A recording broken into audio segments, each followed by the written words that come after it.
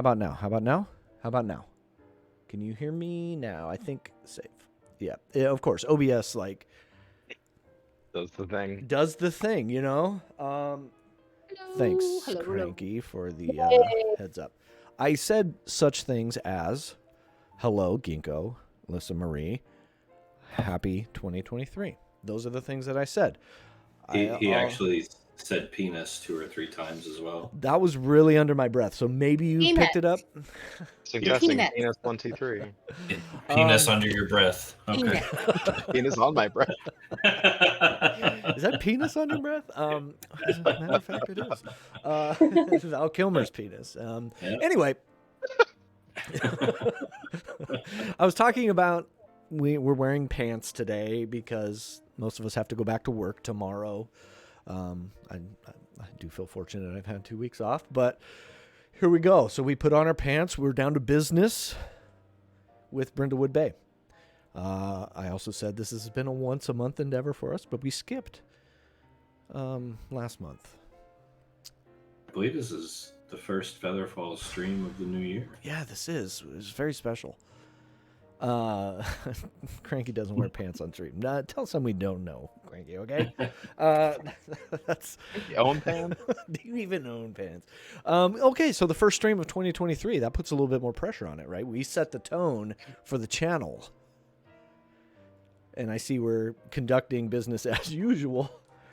2022 all over again. Anyway.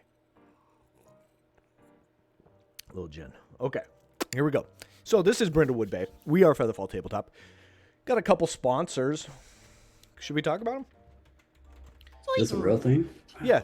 We got like a little Found Familiar coffee coupon there. You need coffee in 2023. It's been decided, so go ahead and use that link there for 10% off. I can't type 10% off any coffee order. We also have Skull Splitter Dice. Check them out for all of your dice needs. D&D 5e informational guides they have on there as well. They have some cool mugs made out of the skulls of enemies. Stuff like that. Stuff you need at your table. Stuff you need at your table. Wouldn't you want to drink out of the skull of a friend? I mean, it seems more endearing that way. Maybe bird it? Yeah, maybe. I don't know. The still living skull of a friend? Yeah, just... The skull of a living friend? How about Hannibal Lecter style? Drink from my hands. I don't know. Now we're getting weird. But anyways, This is the Necromancer book club that we're in here. 2 channel sponsors there. Check them out. Have been longtime sponsors. So show them some love here in 2023. What else about the channel? We have things going on. Wednesday, we are Tomb of Annihilation. We are in the tomb. Things are winding down there. I believe that same crew is going to be coming out of the abyss after that one's done. So check in on Wednesday for that. Thursday, Wild Beyond the Witchlight. Maybe we'll play. I don't know. That one's kind of hit and miss sometimes. But we're coming back. We're going to finish strong. So and we're almost done there. We probably got about 5 more sessions, I think. And we're going to wrap that one up.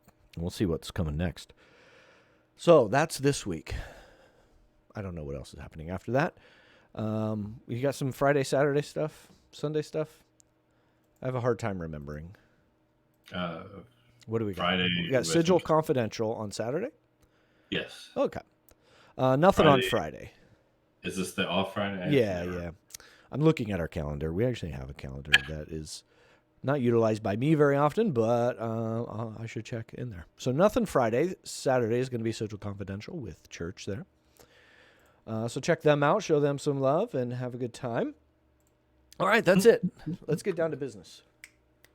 Dun, dun, dun. This is Brindlewood Bay, and if you haven't seen any of these before, all of our characters today, all of our players today are playing characters of, elderly persuasion, kind of retired, and just, kind of living out their golden years. And they have a book club together, and in this book club, they like to talk about Delia Delacourt and all of her adventures, but then they also like to go on adventures themselves.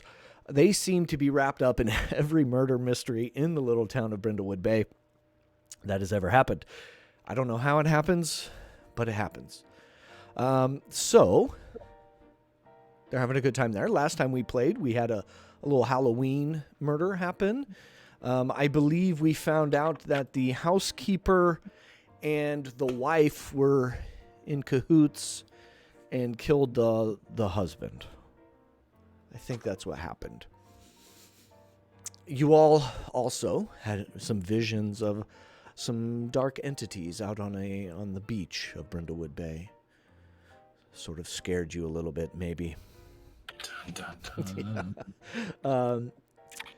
So, but that brings us to our holiday special, the holiday episode, Jingle Bell Shock, with all of our murder mavens. Now, they are currently getting ready to go caroling. Like you do. What's that?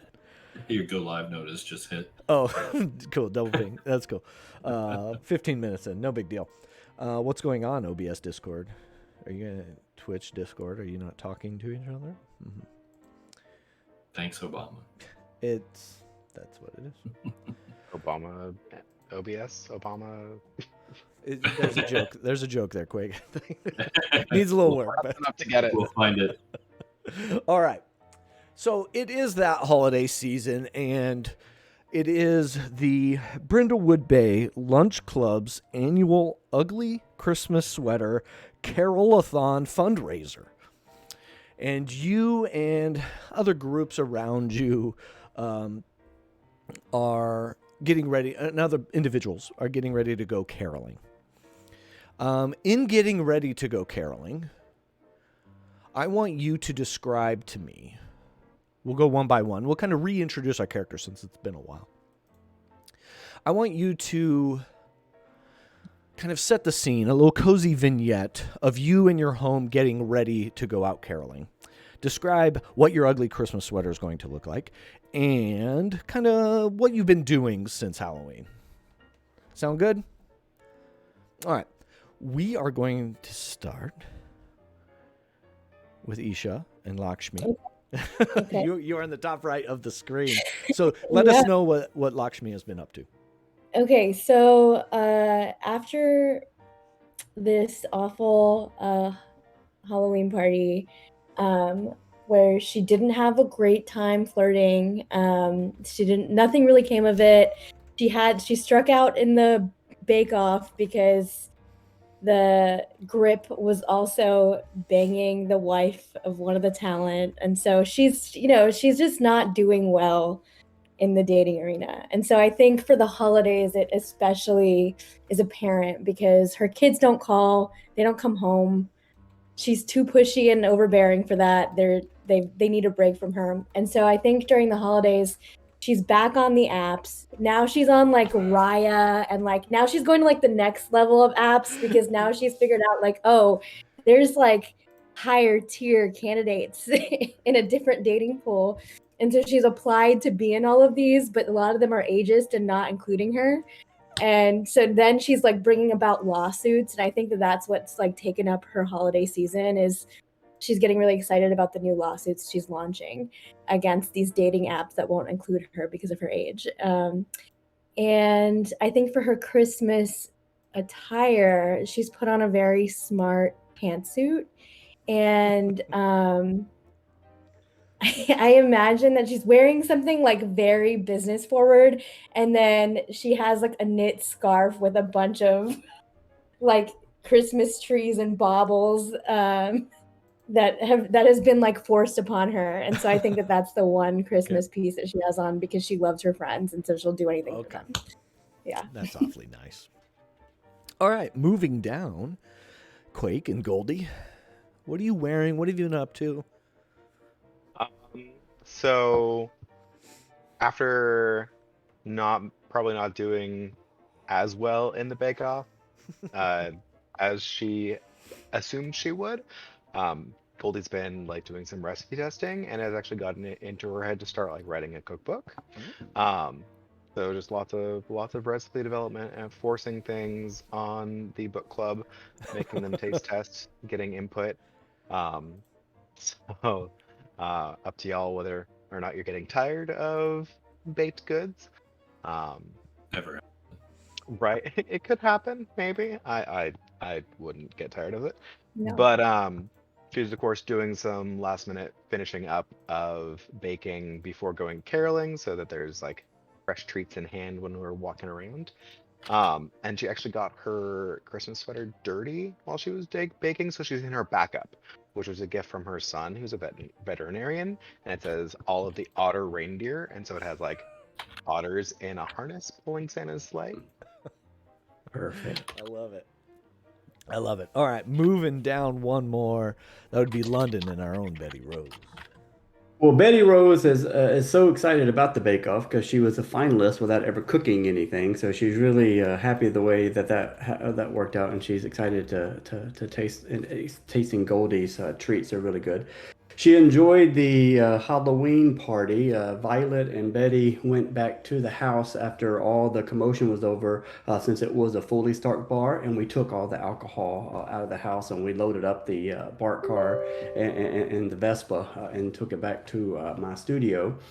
Betty's a little upset because that alcohol is gone now. So she, her and Violet went through the girls went through those bottles pretty quick. So Betty has been, she is a painter. That is her cozy activity, and so she has been teaching a beginning painting class at the local community center, and then immediately next door is the expert advance expert painting class, and so she doesn't really like the painting professor, and so it's a nude model class too. So she went over there to look.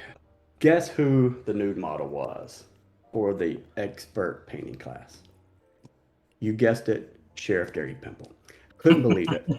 So, and I couldn't believe canon. it. What's not canon? Couldn't believe it. And so Lakshmi has showed Betty how to take photos with her cellular iPhone. And then did you know that you can upload any image onto the internet and print it out on a shirt?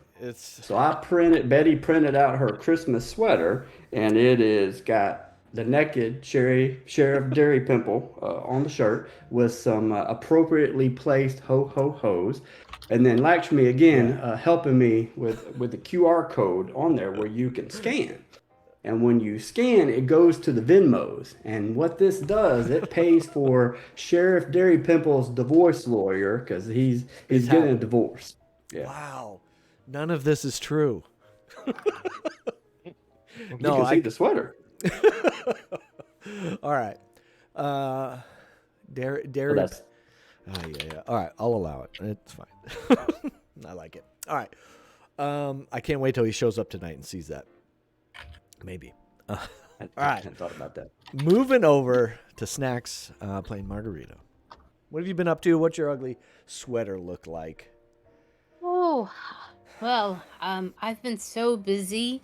After the Bake Off, there were people who recognized me, and so I've been busy with hosting tamaladas, having events and having locals as well as family members to help bake tamales. So it's been crazy. It's been incredible. I mean, people are coming to us and just making chicken. We've made pork. We've done some black beans. We've made spicy, non-spicy. And then also, I've been helping Goldie out a little bit, consulting on the cookbook, because I've actually have contributed to and even have a few of my own books. So I've been helping Goldie with that. And oh goodness, what else? Oh, my sweater. Yes.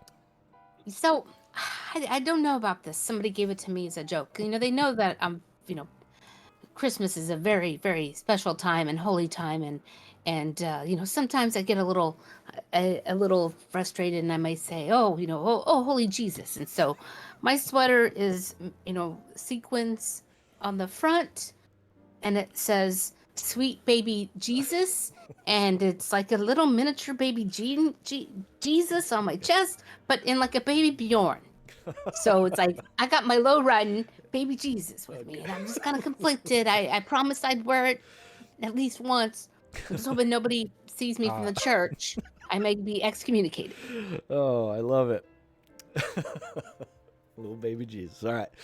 8 pounds, 7 ounce. Little baby Jesus. Okay. Thanks, Snacks. Moving down. Last but not least, Church, Plain Violet.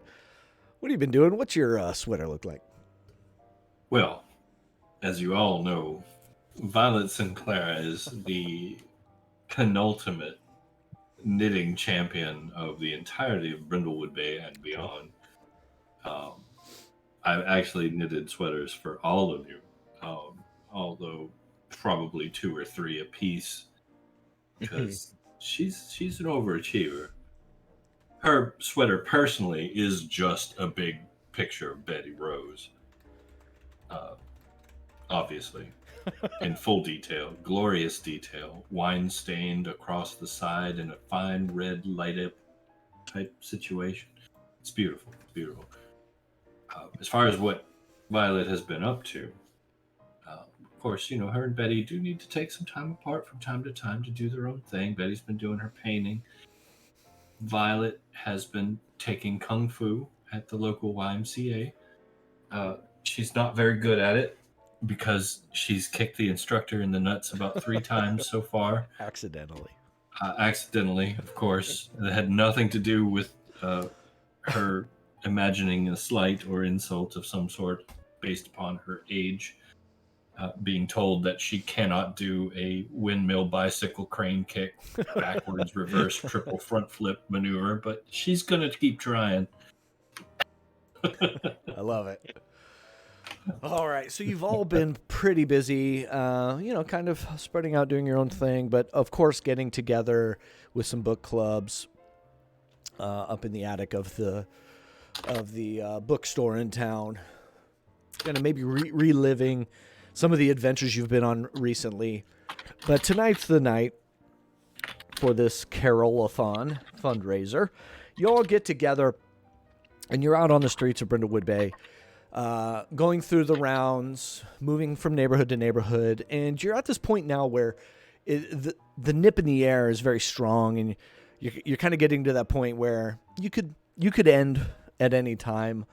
But you come up to one of the more wealthy areas of Brindlewood Bay, and to the home of Amelia Hawthorne. You know that Amelia Hawthorne is very into Christmas, so this is one you can't really skip. But you also know that Amelia Hawthorne is rather kind of a shrewd, miserly, almost a Scrooge figure, Ebenezer Scrooge figure, but loves Christmas. So the two things are like in combat with each other. But anyways, you decide to go up here and start caroling at her doorstep. And you're on the doorstep of this grand home, Amelia Hawthorne's. You get a few bars into the rousing rendition of We Three Kings when a tall, middle-aged woman in a red suit steps out onto the porch and asks you all if you'd be willing to change up your tune and sing a funeral dirge instead. Please. Isn't that more for Easter? I mean... I think we would have already been changing up the lyrics to be "We Three Queens" Oh, instead. I would totally sign off on that. I don't know if we have any. Do we have any funeral things in our repertoire? I mean, Lakshmi doesn't know any carols or anything. You're just She's not Christian in any capacity. Okay. So she's just been watermelon the whole time. Like peas and carrots. yeah. Okay. And I'm trying to teach her an easy one. It's very easy, okay? Repeat after me. Yeah. Okay. Feliz Navidad. Feliz Navidad. Feliz Navidad. Prospero año. Okay. It's basically the same line over and over again. Like, how do you do? Is it like this? How do you do Up, that? down, left, right. ABBA. Yeah. No. All you gotta do, sweetheart, look, is just just scream figgy pudding at the top of your lungs, and everything will be fine. Just bring us some figgy pudding. 5 golden just rings. like That's the only part you need to know. That's the only part I know. Figgy pudding. Anyway, we've just sort of had a tragedy in the home. I'm Caroline, by the way, Caroline Hawthorne, and she holds out her hand. Well, that's lovely. We've been caroling too. Yeah. So, is Amelia dead? Where's she at? I thought she lived here. Yes, unfortunately, we've just found her in her bedroom. And Strangled. you're already having a wake. Is there alcohol? Well, there's a mini bar inside.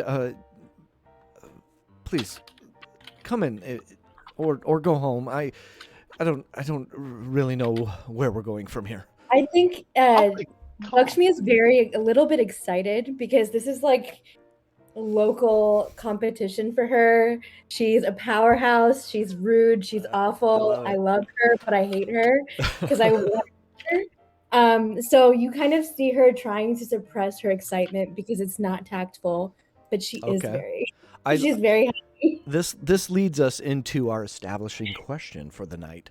We'll start with you, Lakshmi, because I think you're halfway there. Our establishing question for tonight is Amelia Hawthorne is a pariah of Brindlewood Bay. She's known to be miserly and cruel, but more than happy to throw her weight around with the town council in order to get her way. Very few people will be sad to hear she's dead, but you once saw a different side of her, a moment that humanized her. What happened? And we'll go in the same order as we introduced our mavens. And this could be just like one little thing, or you can go as deep as you want, but what is a time that you saw Amelia Hawthorne kind of being a good human being? Yeah, absolutely. So our kids went to the same private school that is very competitive, costs more than Harvard. And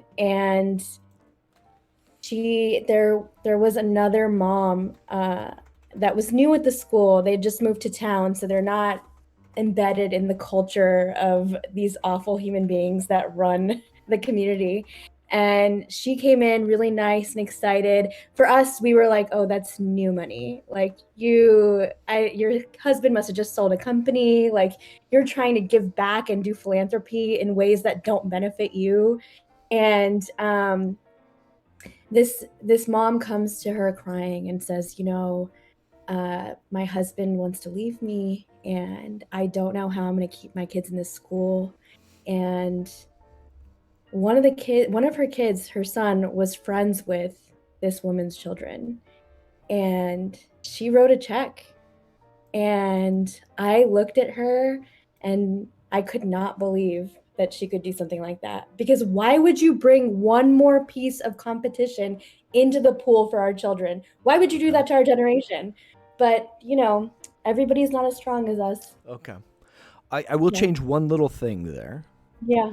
She didn't have kids, Amelia, but she does have some great nephew and great nieces. Okay, that might so fill that role. Maybe it was them. She treats them like her. Yeah. Yes. Yeah. Well, one of them. Oh. We'll get into that. Okay. I like it. All right, moving down. Goldie, what is a time that you saw a side of Amelia that humanized her? So, one time, I wasn't sure that I recognized her, but I was getting my cat hit her checkup at the local vet's office, and I saw a heavily disguised Amelia, the big sunglasses, the scarf wrapped over the head, everything, trying to pretend she wasn't there. But she had come in and apparently had helped done a Good Samaritan act for a pet in need, a dog that had maybe been struck by a car that she brought in. Okay. So instead of leaving it, she brought it in, made sure it got the help it needed. Nice. Okay. Dang it. It's like you guys have read the scenario here. You know that Amelia has a Pekingese, a beloved Pekingese. So you know that she's kind of into dogs and takes very good care of them. So that really would work with her character. Good. All right, Betty Rose.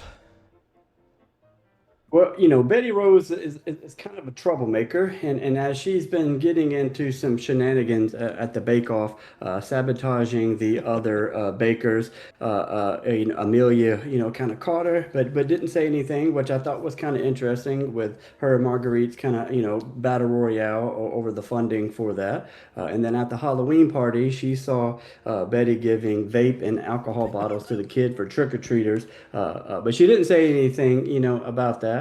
And then, but, she's always just kind of around when me and Violet are getting closer. And when me and Violet were having some tea and pie one day, she came up to us and she said that she was happy that we were able to live. Good. And be together. Okay. In public. Good. So affirming your relationship and maybe put a little smile on her face. I like it. Margarita. A time that you saw Amelia humanized. Because we've had a pretty contentious relationship, right? Well, you may or may not have met Amelia Oh, okay. in person, So actually, but you do know that she is kind of cruel and uses her status and money to get her way. So definitely a talk of the town.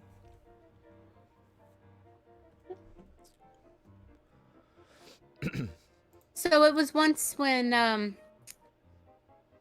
my little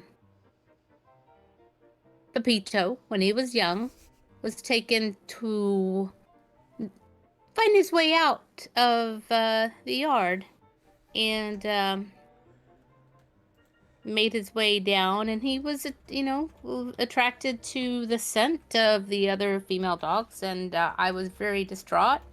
And she actually came across him while she was out walking her Pinkinese and brought my beloved Pepito back to me. Good.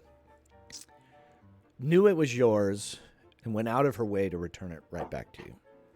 I love that. All right, Violet? So Violet being Violet, has never been one to hold back. She's not soft-spoken. She's very eager to speak her mind in any given situation. I will say that following one of those verbal altercations where Violet saw this woman acting like an absolute shithead, Violet, of course, called her out on it. And in response, her posse turned on Violet verbally pretty hard, bashing Violet not only for being a weirdo and the freak that rides around on the Vespa that owns a sweater. Not her, the Vespa has a sweater. Yeah, of course. And then, of course, tearing into her and Betty Rose's relationship and whatnot. And, of course, in her anger, Violet looked around, saw she was hopelessly outnumbered and was not going to be able to thrust kick everyone in the jaw before they took her down, and got really aggravated and frustrated and angry and ran off into the bathroom because she didn't want them to see her crying because she was so angry. It wasn't sad crying. She was just so angry and so frustrated that she couldn't defend this thing, that she was very upset. And out of all the people who came into the bathroom after her, she did. Amelia and Hoffman. apologized and told her that was completely uncalled for. And they had a moment where they kind of shook hands and nodded and said everything's cool. All right. So these little vignettes of civility and being humanized are few and far between. Her being kind of the shrewd, power, money-hungry old crow of Brindlewood Bay. But you have those few moments to hang on to. And at this point, you're standing on the porch, and Caroline has introduced herself in her well-tailored red suit, very perfect fitting. Right? You can tell it is built for her. You see kind of a group of people kind of in a kind of half circle in the entryway behind her, kind of looking rather sad that Grandma has just passed away. Caroline asked you all, please, you could come in and get warm, and while we try to figure this out,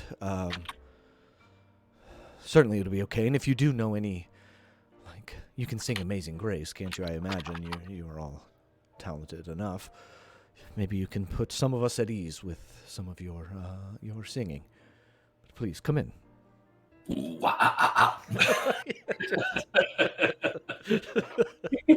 Are you down with the sickness? Anyways, please come in. And as she kind of steps to the side and ushers you all in there, she starts to immediately introduce everybody. Here's Thomas. This is my brother. And you see Thomas in this plum-colored kind of velvet smoking jacket. Very kind of big collar, nice cuffs, kind of gold fringe. Oh, hello. Please come in, get warm. This is Jimmy, my brother. And you see that Jimmy is just red-faced, drunk as fuck, New England Patriots sweater. Just he is barely standing. He's leaning on Thomas quite a bit. Don't mind him. And this is Magdalena, my sister-in-law. You see her big smile. She's got a very large silver cross around her neck, and she's got a deck of cards that she's shuffling, constantly kind of shuffling in her hands. And anyone who knows can see that they're not like playing cards; they are tarot cards. And she's just kind of keeping them moving, constantly moving in her hands. This is Everett, my nephew. This guy is ridiculously handsome. And as soon as you all walk in, he kind of gives you finger guns. Hey, just kind of welcomes you in with a few finger guns. Some of you might recognize him as Turk Huntington from the spy series called Turk Huntington. He's the main actor in that series. So you may have seen him before if you're into movies. What's his actual name? His name is Everett, but he plays Everett. Turk Huntington. Oh, hi, Everett. He gives you the finger guns again. Have you met my friend Lakshmi? Push. Not yet, but maybe. I don't talk to talent anymore. No. Oh, shit. Well, this next to him, this is Skylar, my niece. Very tall, beautiful, bohemian chic. Moving around the horn, continued, and this is Avery, a nephew, and kind of whispers by marriage. Wearing a golf shirt and khakis, and just kind of has got a mean mug on his face. And then finally, the matriarch, Mother Hawthorne. This was Amelia's mom. So it's like great-grandma, like super old. And you could tell that she is pretty ancient looking in her chair, blind in one eye, has like layers of furs on her, just kind of keeping her warm. But please come in. Help yourself to the bar if you must. Someone, get warm. Really. Oh, thank you. Thank you. Betty, shall we? Oh yeah, she's already over there. Just pouring. You got 2 glasses ready to go. Oh. Thank you, sweetheart. So you're in the entryway right now, but off to the one side you see the. Actually, you are in the. So you're in this little entryway, but there are a couple rooms off to the side. One of them is very stale, smelling. You can get some smells coming out of it. It's got the smell of dog biscuits. And you see a little Pekingese dog sitting on a silky poof. Looks like he's holding court. Just a very regal there. There's a tiny Christmas tree decorated with dog bones next to him. And then off of that room is the dining room, where you can see there is a loaded bar cart that has been untouched. Big table in that dining room, seats 12. And there is a little curio cabinet filled with Hummel figurines. I had to look up what Hummel figurines were. What are they? Yeah, let's pull one up. I make a little note to get the dog biscuit recipe. Oh my god, yes, I've seen Yeah, these so before. I don't know if there we go. It's on stream covering up snacks. Sorry, snacks, but that is what a Hummel figurine looks like. Bunch of God, they're so expensive. yeah. They doing like a Heil Hitler though? That is they have No, it was dabbing. It was dabbing. they have Oh, kerchiefs. Jeez. I have no idea. So it's just a cabinet full of those, top to bottom, T to B, if you will. You do see the kitchen right there as well. Very enormous island for preparing food. Stainless steel, marble on every surface.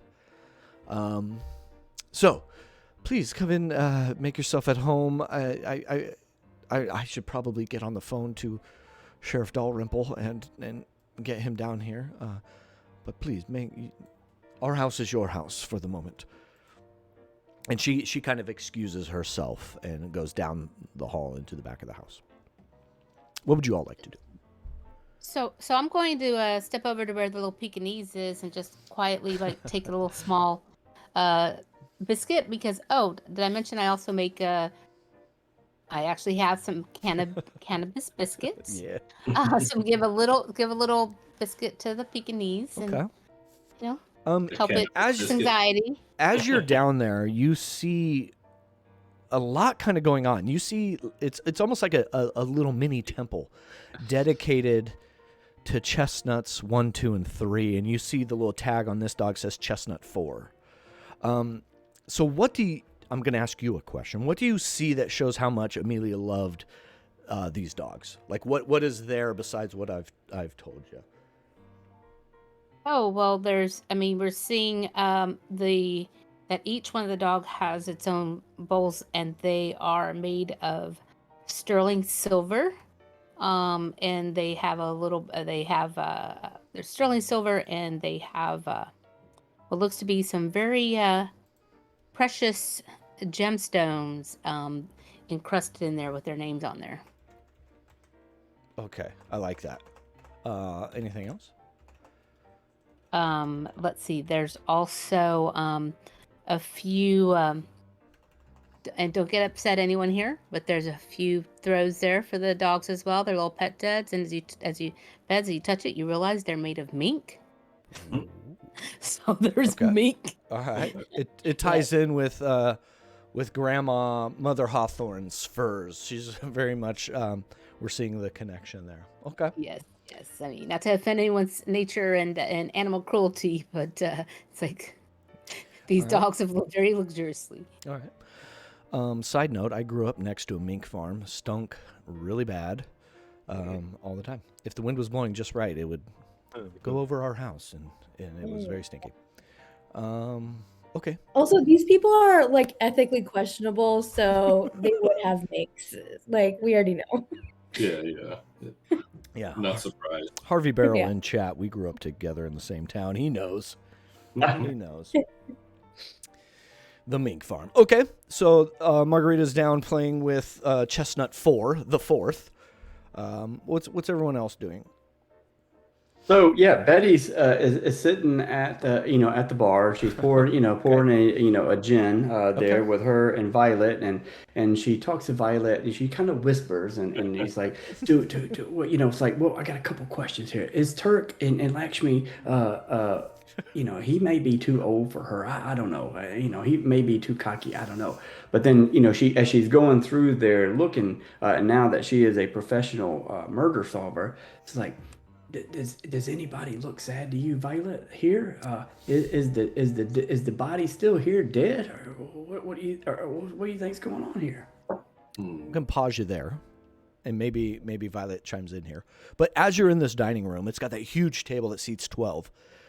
What do you see in this dining room that shows how lonely Amelia truly was? That you had all these wonderful place settings and all these different cabinets or whatever, right? So you had like 12 wine glasses that were like fine china and all these gold, plated and gold embossed, like crystal, everything. But there's only one set of silverware that looks like it is being used mostly at the top of the cabinet at the end there, with just like one napkin, one plate, and one bowl. There's tarnish on only one set of silver. Yeah. Okay. All right. I'd say there's a small private little tiny screen TV just off to the side of where she sat at the head of the table, so that when she sat there alone, she could sit there and watch late night soap operas. All right. Yeah, just a little tiny one. Okay. Oh yeah, one of those like 1980s little black and white portable. Yeah. I used to have one of those. Little tiny. It was like rectangular. But yeah. Okay. All right.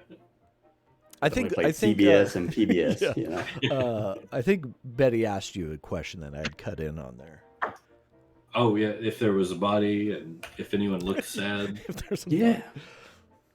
Well, I'm not sure about the body. I haven't seen one, but you know what? I think this might be our chance to go ahead and make it our prerogative and put our best foot forward and go on and go find out before any of the crime scheme gets disturbed by all these mucky mucks lying about. And you know what's going to happen. Old Sheriff Dalrymple's going to show up here and going to say, Violet and Rose, don't you go out there and go mucking up my crime scene and touching the body and messing with evidence. Because he thinks he knows better than we do how this is going to get solved and go down. I think, okay, get another top up of that gin, sweetheart. And of course, you're so right. It's like we always, how many murders have we solved right now? Like 37 murders. We've solved all of them. I mean, yeah, of course. Has he solved a murder? No, he's going through that divorce, I think. He's having a hard time. I hadn't really seen him around. He's not even patrolling the streets, blocking it off for us carolers or the parade. We didn't even see him. He is a very, very nice man. Maybe we should push him and Lakshmi together. I wonder if he can get on that Rhea app that she was talking about. You think so? I mean, I know he's a little dumpy and a little old, but he's a very sweet man. Yeah, any money we raise from my sweater, we can give him an account. Well, we could definitely try that. We'll see how it works. Lakshmi is a very picky lady. She's got refined tastes. Not like you and me. Like we found each other and that was all it was and that was it, right? But not everybody could be as blessed as we are. So we gotta really look out for her. Speaking of Lakshmi. I'm getting completely off track. We're trying to talk about murder, and here I am worrying about Lakshmi's love life again. Murder is love, and love is murder. It's my love language. Goldie and Lakshmi, what are the two of you doing? I imagine we're arm in arm looking, like judging all of the things that she's had in her home, because I'm sure that Amelia is one of those people that's like, oh, you can come to the parlor or come to the card room, but we never get to like see her house that much. So I imagine we're walking around just looking at all of the things in the rooms. Yeah. Okay. All right. Do we find anything like while we're looking at the figurines or in the dining room? You want to do a roll? Let's do a roll. Yeah, I would love to do a roll. Let's do that shit. So this would be. Give me something. Yeah. let's do it. Let's play the game. Yeah. This would be a meddling move, if I remember correctly. Okay. Which I can. I don't have the appropriate handout handout open. Let's move this. Don't look at that. Okay. Meddling move. Let's research or gather information. Okay, and then what should I use for that? So you're gonna, yeah, that's right. I have to tell you. Oh man, it's been a while, folks. And there was one handout I didn't have open, but I have it open now. That would be a meddling move. You're looking, right? You're just looking around. And we're looking around. Yeah. Yep, we're walking. That's gonna We're be- trying to seem really casual, Alright. but we Alright. like it's a little bit of the Spy Kids, like multiple lenses coming Sure. out. Like we're really trying to. All right, that'll be reason. Okay. Running appearance, just in case like anyone comes by to distract Yeah. them. So All right, watch so me, I'll give you advantage. You could roll 3d6 and take the two highest, since you're Okay. working in tandem. Okay. What did that give me? And you're kind of on the precipice of the entry room and the chestnut room. Okay, so I got 4 plus a 2, so I got a 7 because I have a Ooh. +1. So That's not good. There's a Mixed it- complication. oh, okay. There's a complication. I'm like, do I put a crown on already? No, let's wait. You could Let's wait. definitely put a crown on.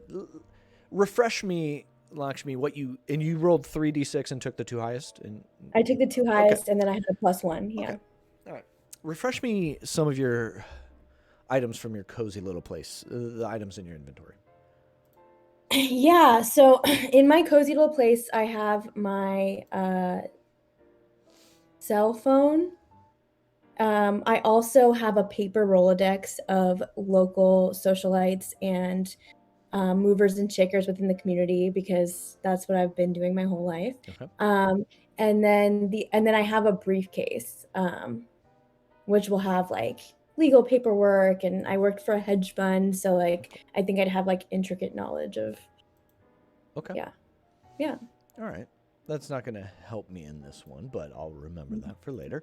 Okay. So, looking around in the kind of chestnut room, your head kind of gets taken into that room as full of curiosities in there. Just a whole room dedicated to different renditions of Little Chestnut. You see on a little kind of like entry table just around the corner into that room, you see a United Airlines ticket stub kind of hanging out of the drawer, like it didn't get tucked all the way in. Do I see where it's going to? You can't tell without opening the drawer and looking at it more specifically, but you can tell that it's there. And it is a plane ticket. I think I point at it to Goldie, and then just say, I'm gonna do a really loud sneeze, which is a huge. I would never sneeze in public. That is very, very bad. But Okay. I will do a sneeze, grab the ticket. Okay. I'm trying new things. Okay. It's like when I grabbed the ticket before. I've had experience. As you sneeze, I'm gonna say you wouldn't do it in public, so you're really trying to like ham it up and make sure you don't really know Yeah. how to sneeze. I don't. I've never Correctly. sneezed in public. Um, Like I'm one of those people that probably has brain damage from holding their sneezes Yeah, in. so you kind of like bring your head and your hands down all at the same time, and you actually hit your head on the end table there as you're trying to go down and sneeze and get it all in one movement. So I'm going to give you a condition. You now have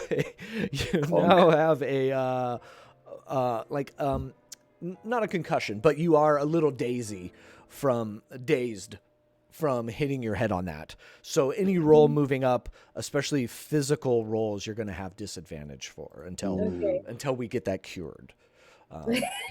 But you do get the tickets and quickly like stow them. Perfect. It was worth it. Nailed it. Okay, and you can see that they are to Rio de Janeiro. Oh. For what date? Not they. A singular plane ticket. My God. A singular plane ticket to Rio de Janeiro with Amelia Hawthorne's name on it.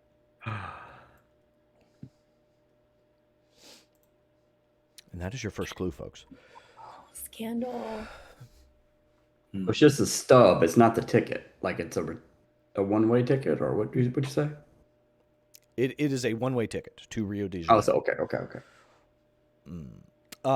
While you two are standing there, Thomas Hawthorne, the brother of Amelia, in his plum-colored smoking jacket, With the nice cuffs. yeah, comes next to you, and he's got a cigarette in his hand. Travesty, right? I pull a little squirt bottle out and spritz his cigarette. No smoking in the house. Just, No better. and he kind of I try to be Takes it, very put- cool. I pull out a stabs it. cigarette Oh, and I'm well, smoking one as well. should we And you're squirt bottling him. I'm like, wow, nice cuffs. go outside and finish these? No, please. All right. Okay. I mean, my sister I'm getting doesn't. mad, Goldie. My sister didn't like me smoking in here either.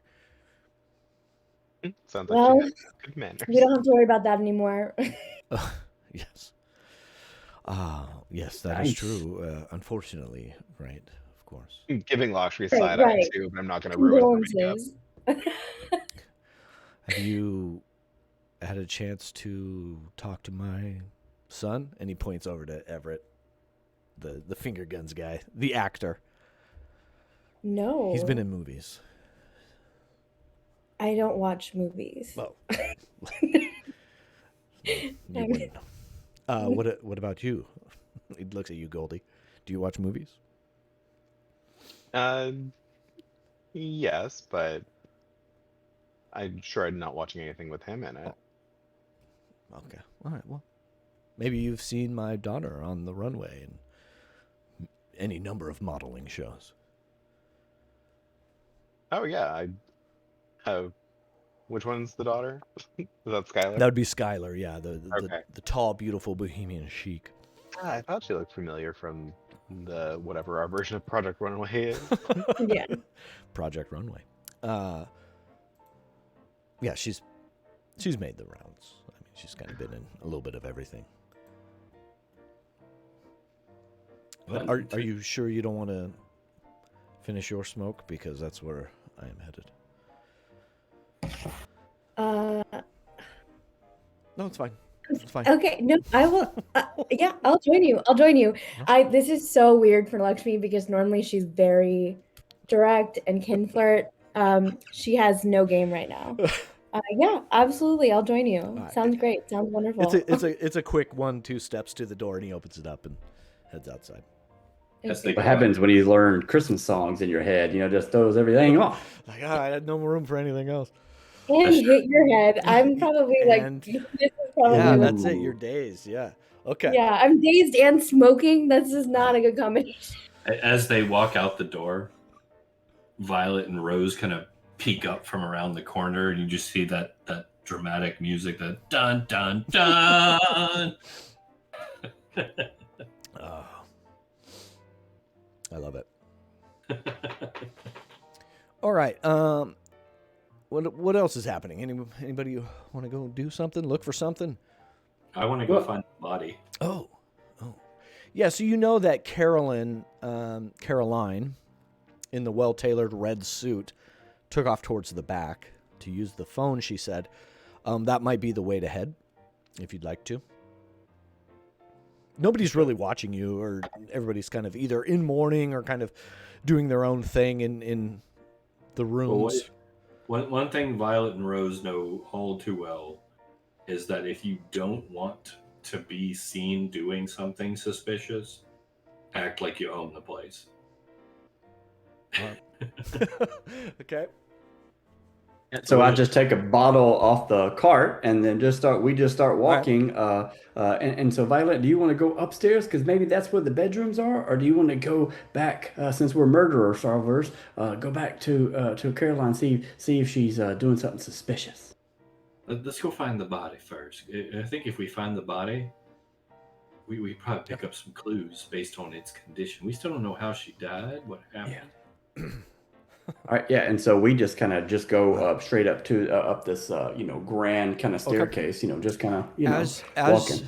your first foot hits that step, you hear from like the back of the room, "Hey!" And you see Jimmy Hawthorne, the drunken New England patriot. "Ding dong!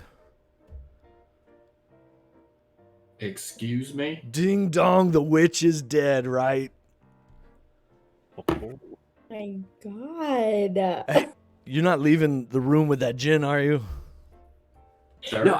No, I'm so sorry. I just got to pee so bad, and I just the bathroom over there was busy, and we're just going up here real quick. I'm sorry. You obviously didn't like your grandma. Not at all. Stumbles over, grabs the gin out of your hand. I would like to actually intervene. Oh shit! Nunchucks, karate coming in. I've been taking karate. That's right. All right. So give me a. That's going to be a vitality roll. Vitality roll. I need to buff my vitality. Let's see. I don't have an actual clicky for vitality, do I? Thought I did. No, it's just a D6, right? 2d6. 2d6. 2d6. I'll just do that then. And then whatever your modifier is. Yeah, no mods for this one. No mods. 7. You know what they say? Oh, hot tonight. About 7. That's a complication. You go to reach for it. How bad do you want this gin bottle? It's not so much the gin bottle as the fact that he tried to snatch it from Betty. Okay. He's like, I don't care if the bottle gets broken, but Okay. I might punch this man in the throat if he takes it too far. So he's coming in for it, and he's got his hand around kind of the bottle piece. Betty, you got it around the neck. You're gonna have to come in and kind of like pry his fingers off, and he's got like that drunk strength, it's just like the iron grip. You're able to get it, but again, I think you're going to be dazed as well. As you pull it, just comes back and like clocks you right in the chin. Kind of that tip of the bottle just gets you right in the chin, giving you a dazed condition. Is conditions tonight? I have to ask. So the thing clocks me in the chin. Mm-hmm. Reactively, because I just got clocked in the chin. All right, what do you do? Violet is going to drop down to one knee and falcon punch him in the gonads. All right. Just as a reaction to getting hit. Okay. He is in a state of inebriation that he is going to fall back, take the punch, and just like land in a chair and just like fall into it and just pass out. So he is out down for the count. Nobody even cares because he's the drunk uncle brother that's just loud and obnoxious. Nobody even cares. But you do have the dazed condition. He is down and out, leaving you to go up if you'd like. And then I go, oh no, Violent, oh no, and so like I kind of grab her by the waist, and then I do a kind of a quick look around, and just kind of affirming that no one is looking as we make our way up, okay. And I tell Betty, Violet, are you okay? Oh my goodness, Well, I mean, you hit him so hard in the gonads. well, that man was an absolute monster of a I can't think straight. My head kind of hurts. You're so brave. You're so brave. Oh my goodness. Let's get you up here. And then she gives her the glass and then like, here, take a drink. You need something cold. Do you have one of those XTC vapes? The HMT God damn it, the cannabis. I do. I got these cookies that Margarita made for us that we were going to give out to kids, and they have. Give me one of them cookies. That'll help my headache. So I reach into the hat where the sheriff's appropriately placed hat is on his naked body, and I pulled out a couple of cookies, as we called it. I call them biscuits now since I've been watching so much of the British baking show, and give it to Violet. Thank you. Okay. You guys head upstairs. Or you two head upstairs. Yes. Right at the landing, you see a door like cracked open a little ways, and it looks like an office, but you can hear Caroline in there on the phone. There are a couple doors further down the hallway. We walk really slowly by the door that's kind of halfway open. Okay. To see if we can hear anything and pick up anything. Okay. Give me a presence roll. Presence? Reason roll. Reason. Sorry. Oh, I'm Both so of much us. better with. Um, Well, there we go. We got a 7. you and your 7s. Plus. Well, that's. Oh, you add them together. I thought you took the highest Everyone's gonna end up D6. with a concussion tonight. I think that's what's gonna happen. No, 2d6 added together. Plus Okay. 1. Or your Yeah, so modifier's 10, plus 1. yeah. All right. Yeah. Okay. That's a 10. That's a success straight across. You hear her not talking to the police. You hear her having an argument about money with what sounds like to be either some sort of financial advisor, could be a lawyer, somebody that is invested and knows the details more than Caroline does. So would Betty, hanging around Lakshmi so much and with these power players in Brindlewood Bay, would she recognize the voice on the other end of the line? No. It's kind of hard to hear the other voice. You're really only getting the one side of the conversation coming from Amelia. A whole lot of questions. A whole lot about like, what if, but this happened? Like, what are we doing? So is it like What's for with a this will again? or who the properties or who gets access of different that kind of stuff? All kind of tons of questions. All of those questions being thrown into that phone. And you can tell that she's getting some answers back, but still kind of like, she just keeps coming back with more questions. Oh my God, the other phone that's in the hallway there. That's just sitting there because they all share a party line. Yeah. Is there a phone like in the hallway that I could No. There are a couple doors further down. Yeah, so we would just go to a Okay. door that we would assume is the most ornate, kind of bedroom door. Yeah, there is one that has all the garland and makings of like Christmas decorations. Very, very ornate, gaudy, kind of in a look at me kind of fashion. And then Betty tells Violet, you've got to make this woman. Too bad she's dead. She can't buy anything, but she really needed some of your stuff. Well, yeah, I mean, I do add quite a substantial amount of love to everything I do make. As we open up the door so Okay. gingerly, not to jingle any bells. We'll pause there. We'll go back downstairs. Margarita, as you're kind of with Chestnut the Fourth, Magdalena Hawthorne comes down and sits like crisscross applesauce next to you in the dog bed, shuffles the tarot cards. You know, I drew a card as I entered today. As soon as I crossed the threshold, I drew the 9 of Swords. Bad sign. I knew something was going to happen. No way it could have been this. There's no way I could have known. But the 9 of Swords never lies. Did you draw any other cards besides that? After that, I couldn't. Well,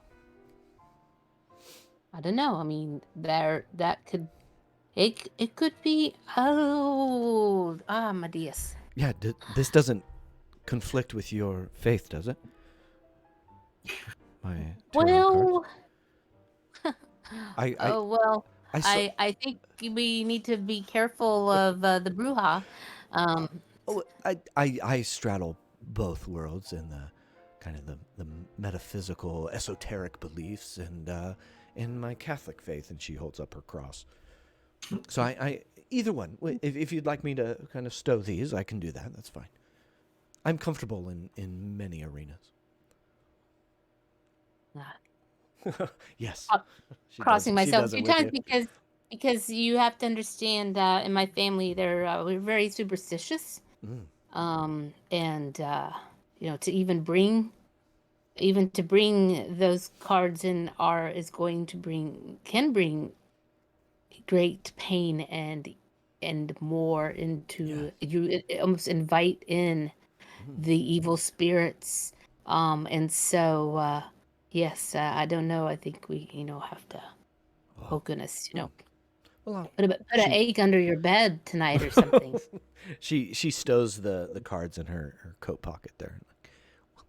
We'll come back to those later. That's fine. That's fine.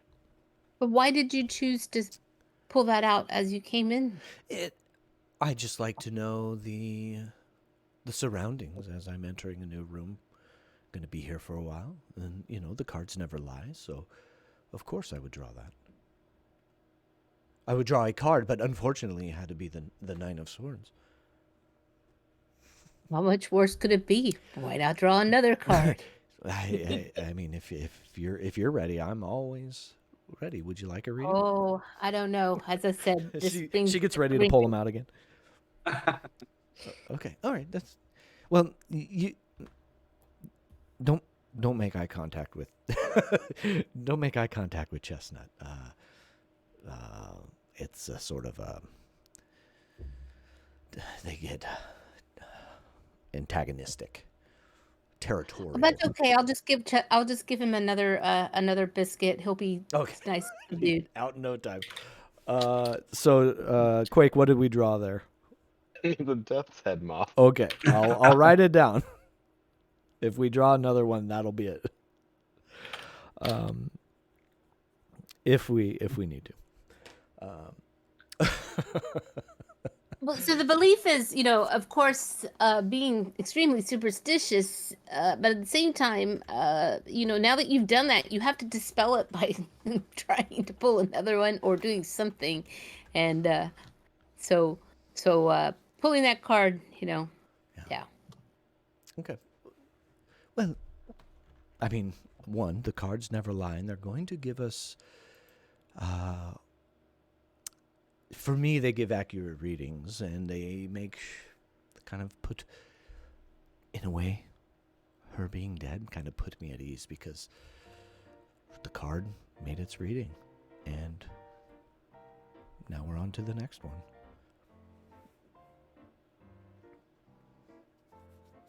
That seems fair enough.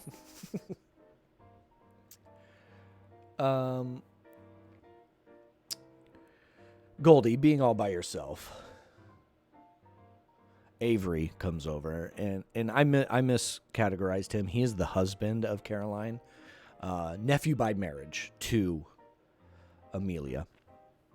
Kind of got that mean mug, uptight golf shirt, khakis. You been in here before? Into her house? Tell me you've seen it before. The inside, no. So you haven't been in the Christmas room? No, Oh, is it? God. Is it worth seeing? Oh no, it's a candy-colored nightmare. Do not. If you want to sleep tonight, don't go in there. Sounds like a challenge. Well, like 80s and 90s kind of tacky, crappy Christmas decor. I look down at my tacky sweater. It's everywhere up there. Just for some reason, she thought she could own Christmas. Right? Gave her this whole room. She not own it, but dominate it. Dominate Christmas. I can't. I mean, it certainly gives you some insight into her character. character. If that's her character. I mean, you've seen the in the cabinet over there, right? All those little figurines. I swear, we'll be eating dinner, and they're all looking at you. They're just all staring at you. Every single one.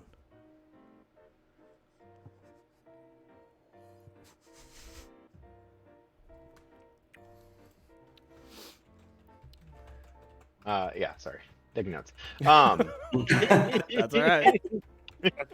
Whoa, what's happening? The figures. Haunted figurines? Question mark. Maybe. Shit's getting real.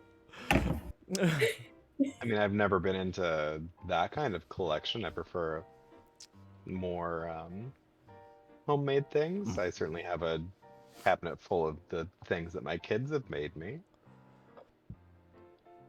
Well, that's cute. That's cute. You know what I gave my kids? Jeans. What? I had to give them the Hawthorne name. My last name is Partridge. Their last name is Hawthorne. Oh. That's what I had to give them. Sort of the condition. Condition to you marrying Carolyn. Well, if Caroline and I wanted to start our business, we had to promise Oh, our what kids business would were have you the in? Hawthorne name. We dabble in real estate.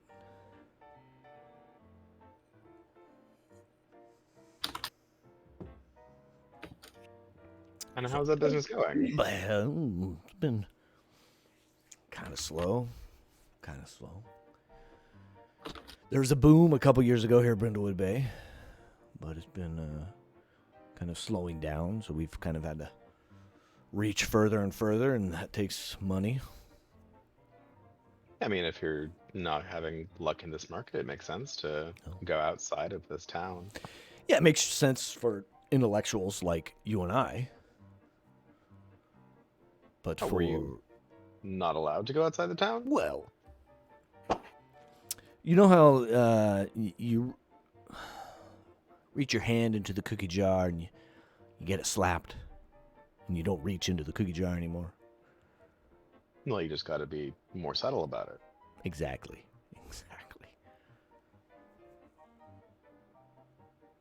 We're on the same page, you and I. It feels like. Well, I do like sharing my cookies rather than keeping them locked up. Phrasing. I pull out a snickerdoodle and give it to him. Oh, you just have cookies on you? Well, you were out caroling. That makes sense. Yeah. Like little gifts for the homes. All right. Yeah. Take it back.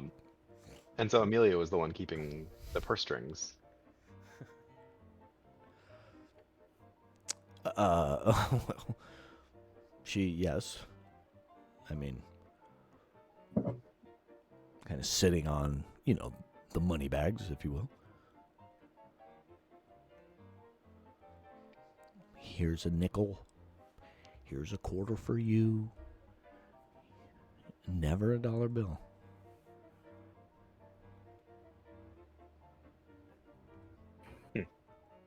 Was she more generous with your children than with you?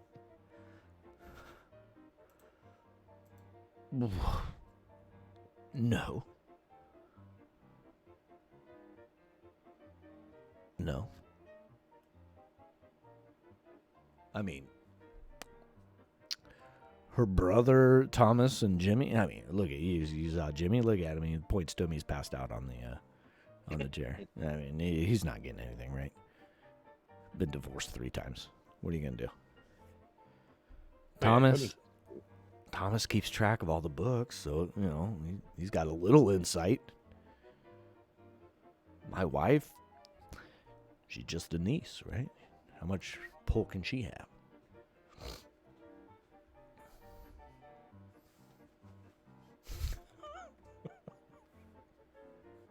Sorry, I just read Debbie's comment in chat. She was like talking about in game, it's like, oh my gosh, he's stuck to the floor petting that dog. It's like we had to go and help her. No, that's IRL. I like it. It's cold outside. Why aren't you wearing pants, Mark? Well, tell me it was a pajama party. Anyway, sorry, I've been rambling too much.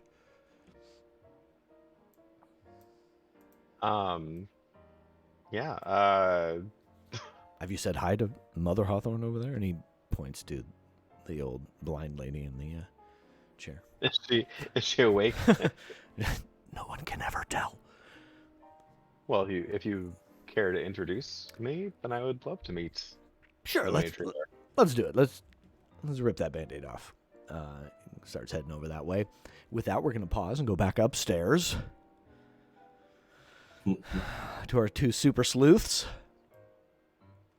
Outside Yep. smoking a cigarette still, or was I in the room in that conversation? You are outside on the porch. Okay, good. I want to make sure. We could come back to that if you'd like. No. Let's go upstairs. Okay. I just wanted to make sure. All right. Violet and Betty, are you going in this room that is ornately decorated? Yeah.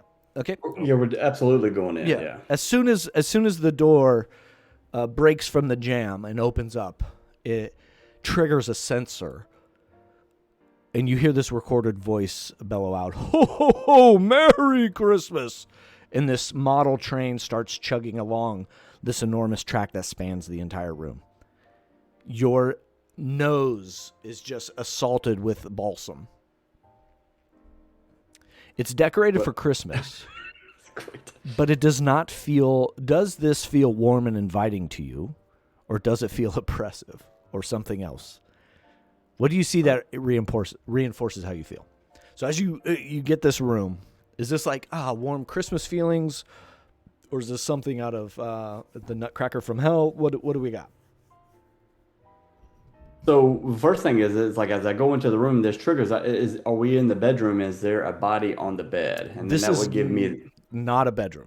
This is this is just a Christmas room dedicated to Christmas. Oh my God, Violet! Santa Claus threw up in this room. Look at this place. Dear Lord, this is not helping my head at all. Yeah, and so it looks like it's, thinking about the 80s TV downstairs in the den and the other kind of garish like things. It's like really gaudy and seemingly maybe out of place for this neighborhood and this people and then her stand in the community. So it feels like it's, I don't know, like desperation or a call for help is like the first kind of feelings that Betty gets as she kind of goes in. Like she feels kind of like not a curated space for Christmas at all. I feel like maybe this is making up for a lack of children. And I know that sounds horribly cruel, but grown people don't do this. I mean, I'm a little odd at times, and I admit it. I own that completely, but I am not going to have porcelain Santa Clauses and Frosty the Snowman in a manger scene on board a train going to Christmas Town. Give me, while you're sitting there like looking at different ornaments, give me a reason roll with disadvantage. Dun dun dun. Disadvantage roll. Oh wait, I'm sorry, I rolled that. So roll 3d6. Take the two lowest. 3d6. Take the two lowest. Yeah. Right. Let's get a void clue coming in here, huh? Oh, yeah. Oh. And speak it to existence. Oh, no. Oh. So yeah, That's a 6. That counts. no, that's a 3. Oh. Plus 1, 4. Oh.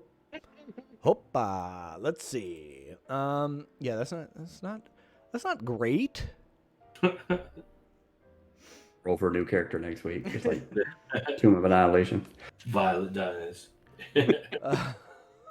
Violet dies a violent death. She lived Long up as to she her goes- name. As long as she goes down swinging. Is that Cthulhu? Falcon punch to the What the hell gonads. is that?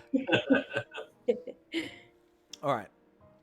As you're looking around, head is kind of ringing. feeling dizzy from this amalgamation of Christmas motifs.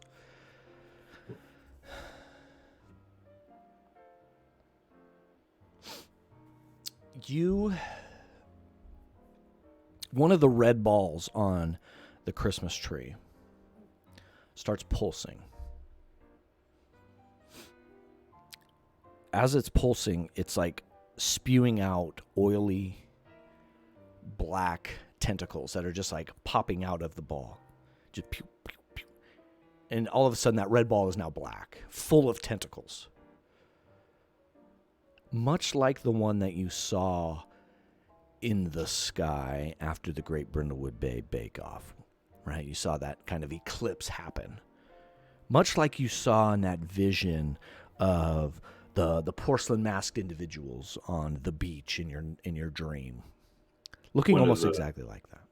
Ornamental balls. Yes. Changes. Like, do we both? I look over. Only you're Betty. seeing this. Just me? Yes. So looking over at Betty, I don't see a reaction. Yeah, Betty's just like looking at all the No, I think there's a Santa reaction. Clauses and Jesuses and reindeers. Yeah. Betty, sweetheart. Now, I don't know if that man rang my bell way too hard or not, but I'm seeing something rather sinister over there coming out that red ball. Do you see anything? As you say that, you see those tentacles start like slapping other ornaments, and the ornaments start to turn into like little dancing skeletons and other little wiggling tentacles, oozing appendages.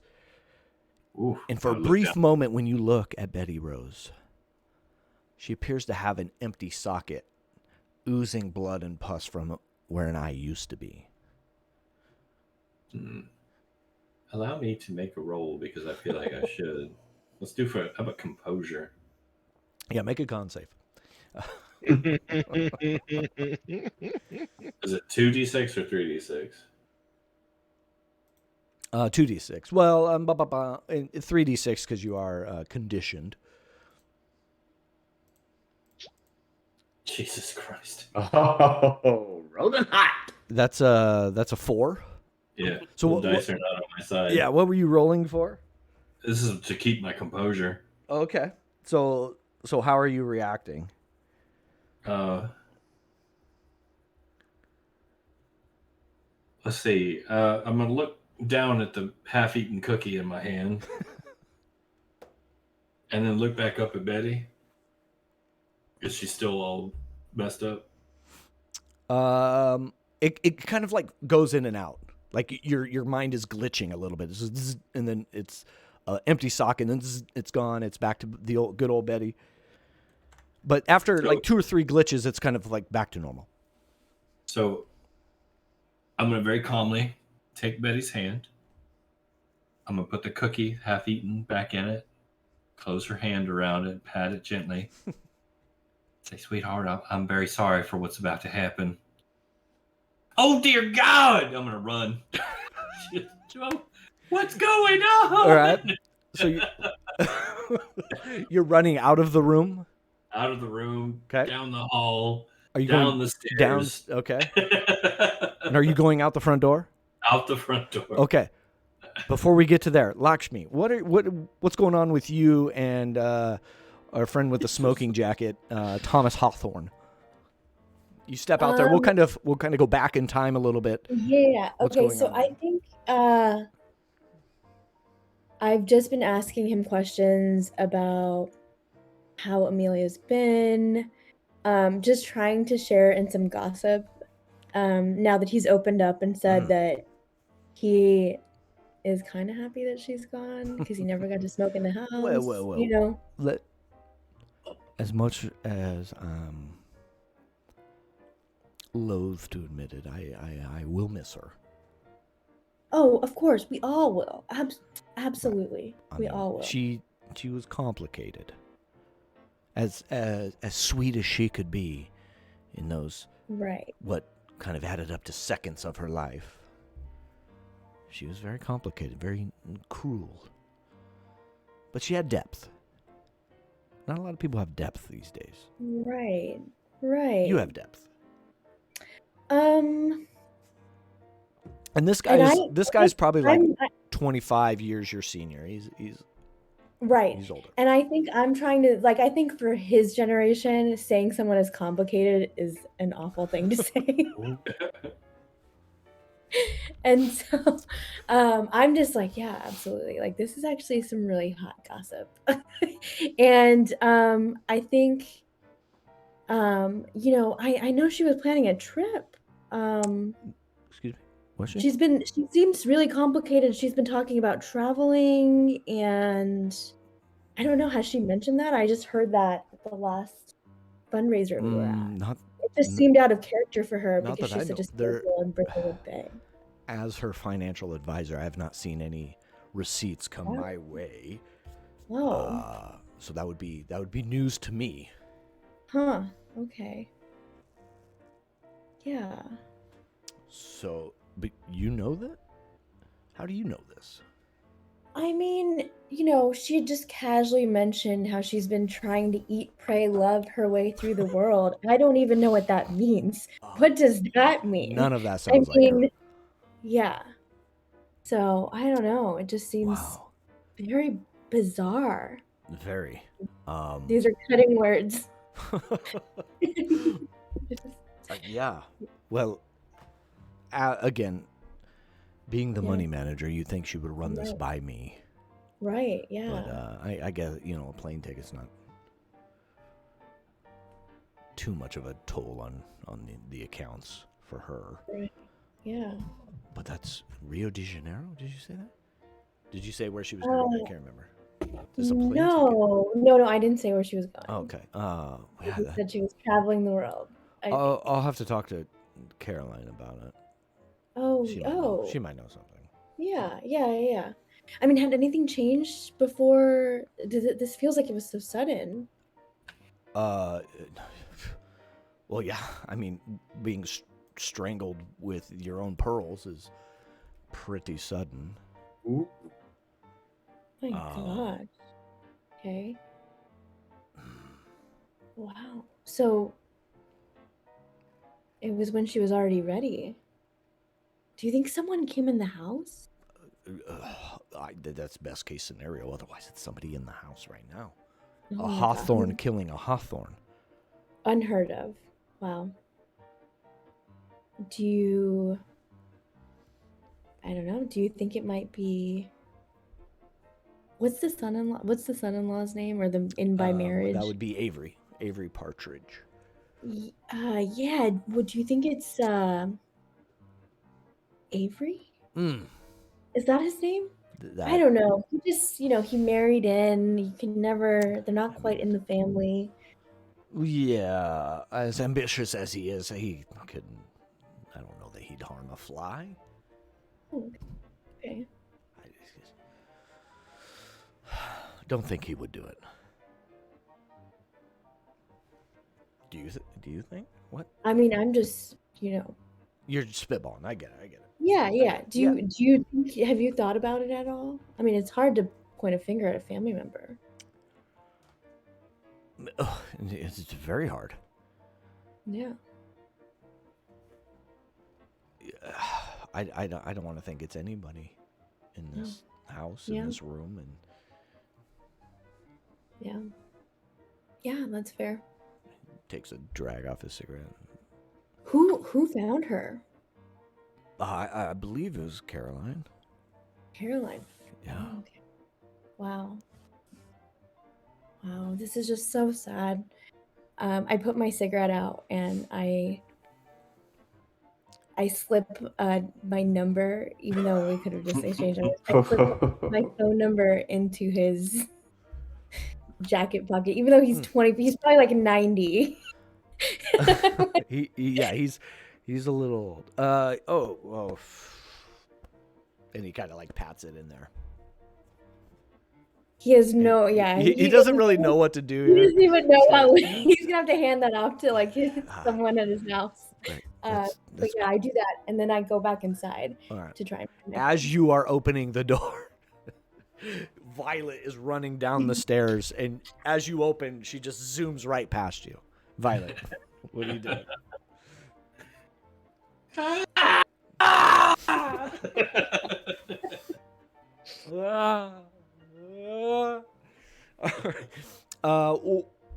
What do you do when you get out there? Like, are you I make a beeline putting your for head Pepper. in the snow? No, I make a beeline for Pepper. Okay. Pepper, all sweatered up, parked. Yep. Okay. Make a beeline for Pepper. All right. I follow because this seems Okay. like All right. that's my ride here. Yeah. Okay. I run after. What is going on? Are you catching up with me? Keep it together. No, I'm like not running too fast because I hit my head too, and I can't be doing that. Yeah, because I You're like yards ahead. And I'm like, Violet always wears flats too, so right. if not sneakers. But yeah, no, she's beelining, just panic stricken for Pepper. I'm doing a swift saunter because I'm in heels. Power walk. I'm trying not. Yeah. Okay. Are you starting up Pepper and? Yeah, if I get to Pepper, I'm Boogieing? popping on Pepper, and I'm heading for the church. I'm Okay. going to get a priest. All right. Okay. Lakshmi, how involved are you in stopping him or going with him or? I'm trying to get after Violet. I'm like as quickly as I can. I will never walk barefoot on the ground. I will not do that. But I will get there, and my voice will be carrying. I'm like slowly increasing the sound of my voice. Okay. I don't like to make a scene. Initially it's been like a whisper and then a loud like, hurry, come, stop. And now I think as you're getting further away, I'm yelling almost. Okay. Here, I'll tell you what. We'll do another composure roll. Yeah, Okay. opposed composure. Yeah, that'll do. Okay. Yeah, keep rolling those rolls. Let's see. And then we both have disadvantage, right? Oh my god. You're both a little dazed. Back to back snake eyes. All right, so Okay, 7. I'm good. No, that was 2 1s plus 2 again. And I got an 8. Yeah. You guys. But we were opposing each other. She was Yeah. trying to get my attention. Yes. Yeah. Okay. Okay. All right. Good. So it's good I failed. Before I you think get I say if you take one step further, I'm throwing this scarf on the ground. What? and as you get ready to you say what and turn your head and get ready to goose Pepper, you see a very tall, broad-shouldered, kind of cloaked figure. He's got like a very thick pea coat that goes down to past his knees, kind of buttoned up, monocle. Who wears a monocle? Kind of silver fringed, very well dressed, very debonair looking man. And you kind of hit that break right in front of him as he's standing in front of Pepper. Oh, you might want to slow down there. Sir, I'll have you know I have been studying Kung Fu for 3 weeks now, and I am an expert. Yes, I'm sure you have. But where are you going in such a hurry? I am on my way to get a priest, sir. No need. Are you a Hey, priest? family troubles? It's not my family. Holiday fighting? No. Where are your hands like on the handlebar of Pepper? No, I imagine at this point Violet's doing the classic. he kind of reaches one hand out and the other and sandwiches your hand. Kind of brings it down, and this very calming and you get this calming sort of aura going through you. It's best to relax. Take a deep breath in through your mouth, out through your nose. Try it. Sir, I'll have you know I'm spoken for. No. You don't get me wrong here. Just try it. All right. Try it. take a deep breath. As you do, you start to calm yourself, and you feel that dazed condition start to kind of ease. My name's Ashton. Mr. Ashton.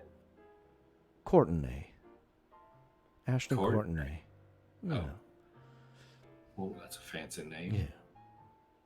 I'm Violet Sinclair. Good. Good. And he turns to you, Lakshmi. And you are. You're muted, Lakshmi.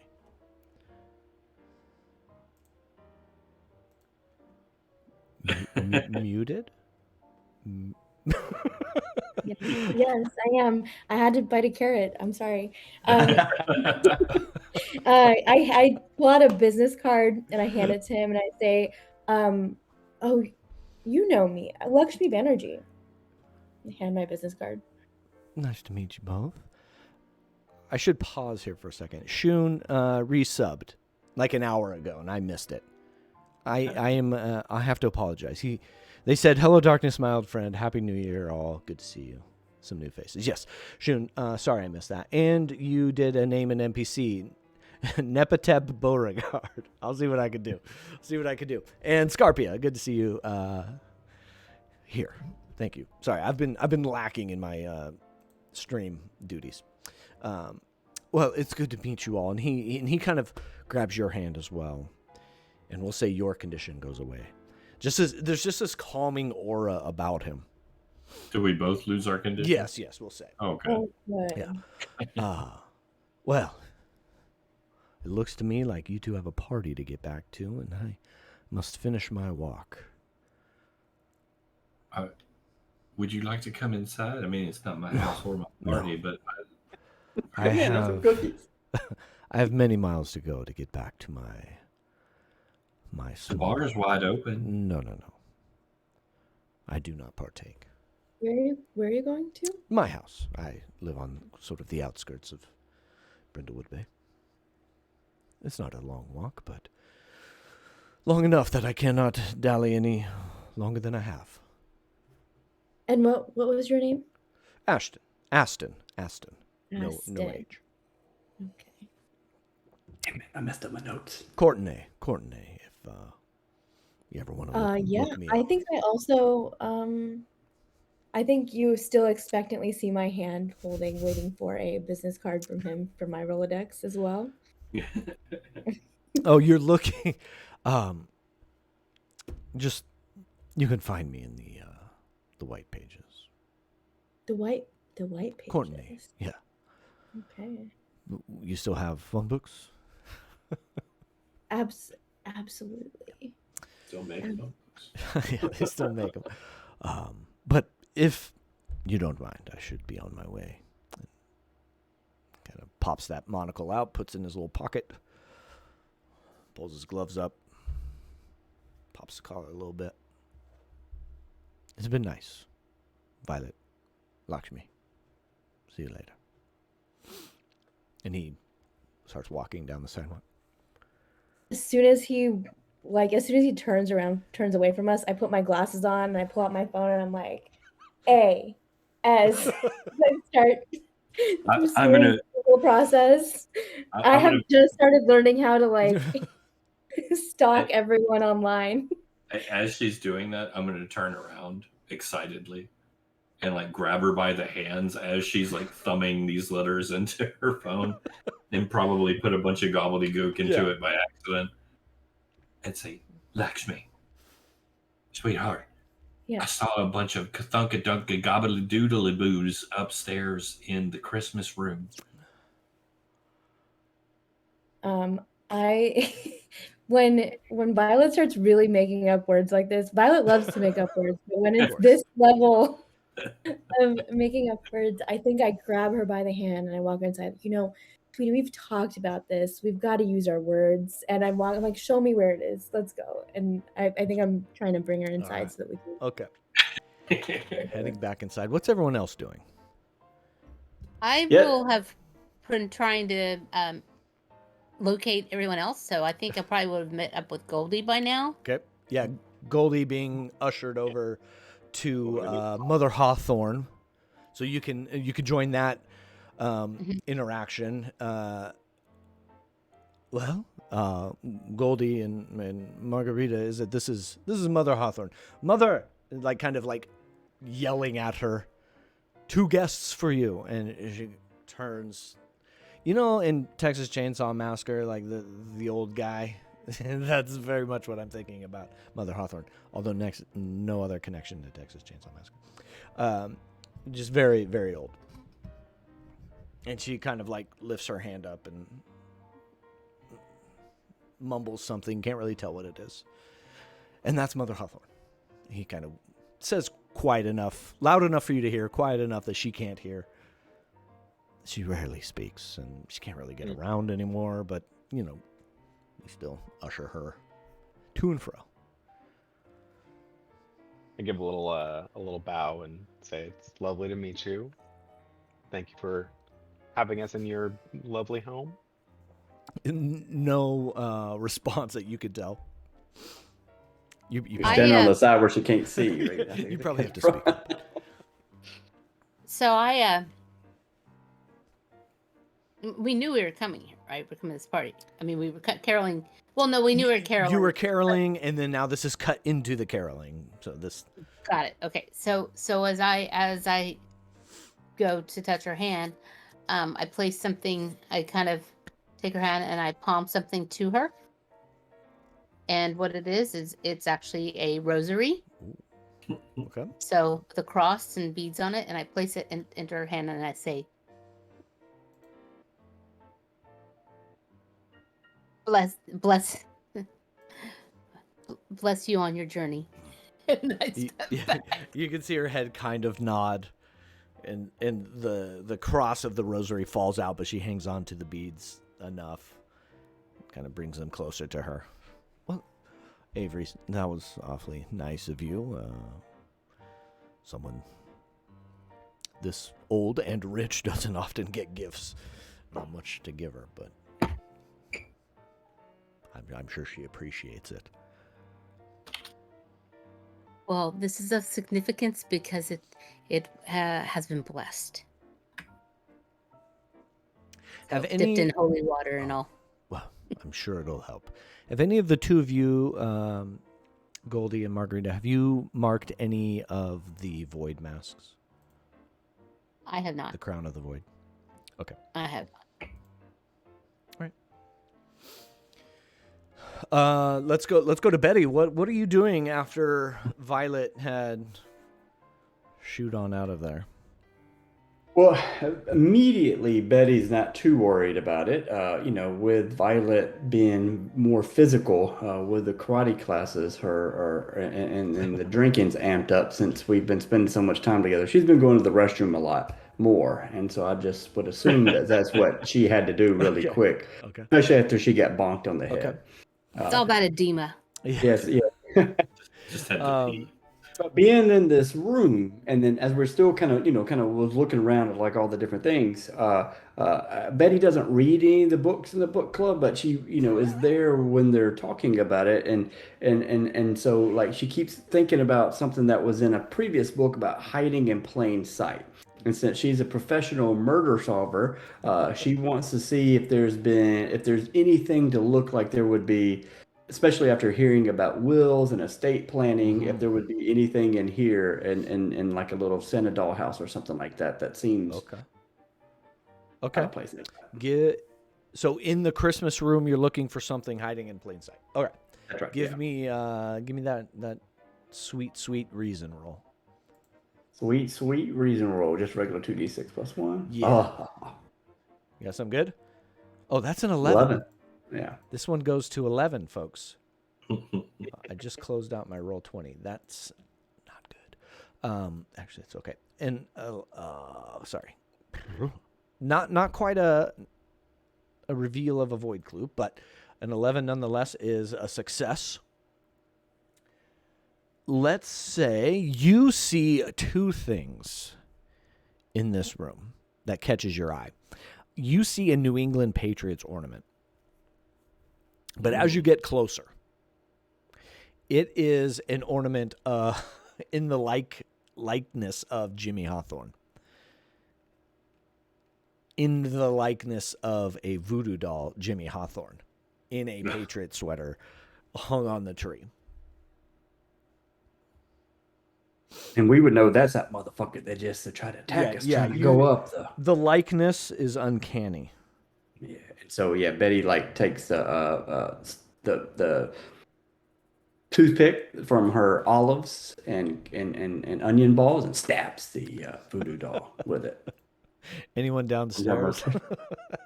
you hear Jimmy kind of go roll over a little bit in his chair. No, I don't know if that happens, but so you also see a paper mache snowman on the shelf with glowing red eyes, or one of the eyes is glowing red, I should say. I'll go over there and look into the eye and see if it's like a burnt out bulb or if it's like a I don't know, secret compartment or something weird. You see that it is the recording light of a hidden camera. And well, the first thing I think of is like, wow, Lakshmi was here. She would know about this. She would know about this. She would know about this technologies.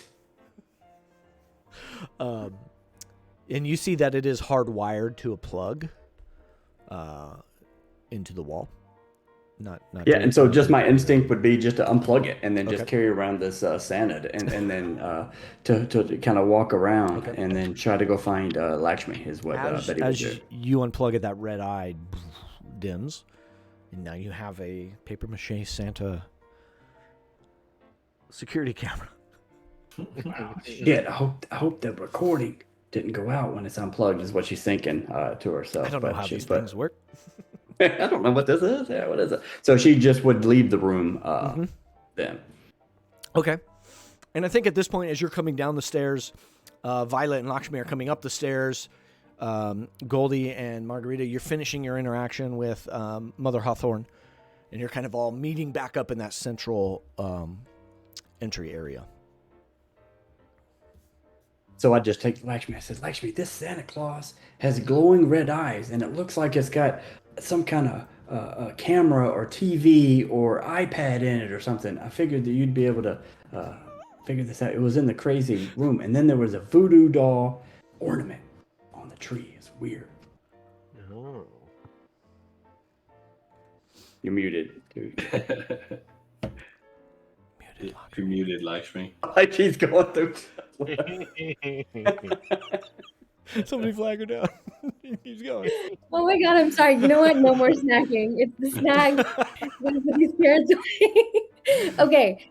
So I grab the camera knowing that it's above my pay grade to figure out how to connect it to my phone, but I have my glasses on, and so I feel very strong about this. I'm like, let's go back upstairs. Let's just see if we can turn on this camera, which I'm starting to pull out from the stuffing as we go into I just want to go to a private area. Okay. Away from that. Okay. And I think I just start trying to play the camcorder or video camera there. Everybody else, what your reaction to this? I imagine you're all kind of together now and heard and saw this revealed. I'll go with, but I'm going to take Betty by the hand and stand kind of a little bit in front of her. Okay. Protectively, a little more protectively than normal. Yeah. You never know if I wouldn't think anything's normal about that. Just okay. Yeah. I'll be following along as well. Okay. I would reach into my fanny pack to see if I had a USB charger for the iPhone, and then look at the camera and be like, "There's got to be a way to put this cord in here." All right. We're jamming things in places that. What do you have in your inventory, Goldie? Just in my inventory is well, I don't have half the things with me because my mixer, my cat. I don't know if I'd have my iPad with me in my fanny pack. Probably not. So just the fanny pack, man. If you could make a case to have your iPad, It's a mini. I think it'd be Yeah, a for bit- music while it's we a mini. sing. Yeah. Yes, she has the lyrics on it. Oh, there we go. I love that. Oh. Yeah. You were providing the sense. lyrics on your iPad mini, Okay. and I imagine you in your fanny pack you have like all the cables for any sort of connection. Yeah, I mean, I have every type of connection, Yeah. even though I only need the one iPad charger. Yeah. Okay. Gotta untangle them like Okay. Christmas lights. So what I will say is let's put a check mark next to your iPad if we end up using this. And I think if you find a room, you can definitely do that. So are you all heading upstairs? Are you finding a room? There's the kitchen that's kind of uninhabited, except for Skylar kind of hovering around a charcuterie board. There is the dining room that has one person sitting at the table. We'll say that is that's actually Jimmy passed out. Uh, I think we just try and find an empty room. Okay. If that's upstairs away from everyone. Because if we want to play a video, Okay. Right. All right. So I don't imagine any of us have headphones. All right. Going back upstairs then. Yeah. In the room, the office with the cracked door, she is now on the phone with what sounds to be Sheriff Dalrymple. The Christmas room is there. And then there's another room, another doorway past that one. Let's go into the other doorway we hadn't been into. We know it's in the Secret Santa crazy spy room. Maybe the player or whatever could be in this other room. Yeah, I'm not. I pop into the Santa room just Yeah. to take a couple pictures. This exists. Because it'll be good fodder and Okay.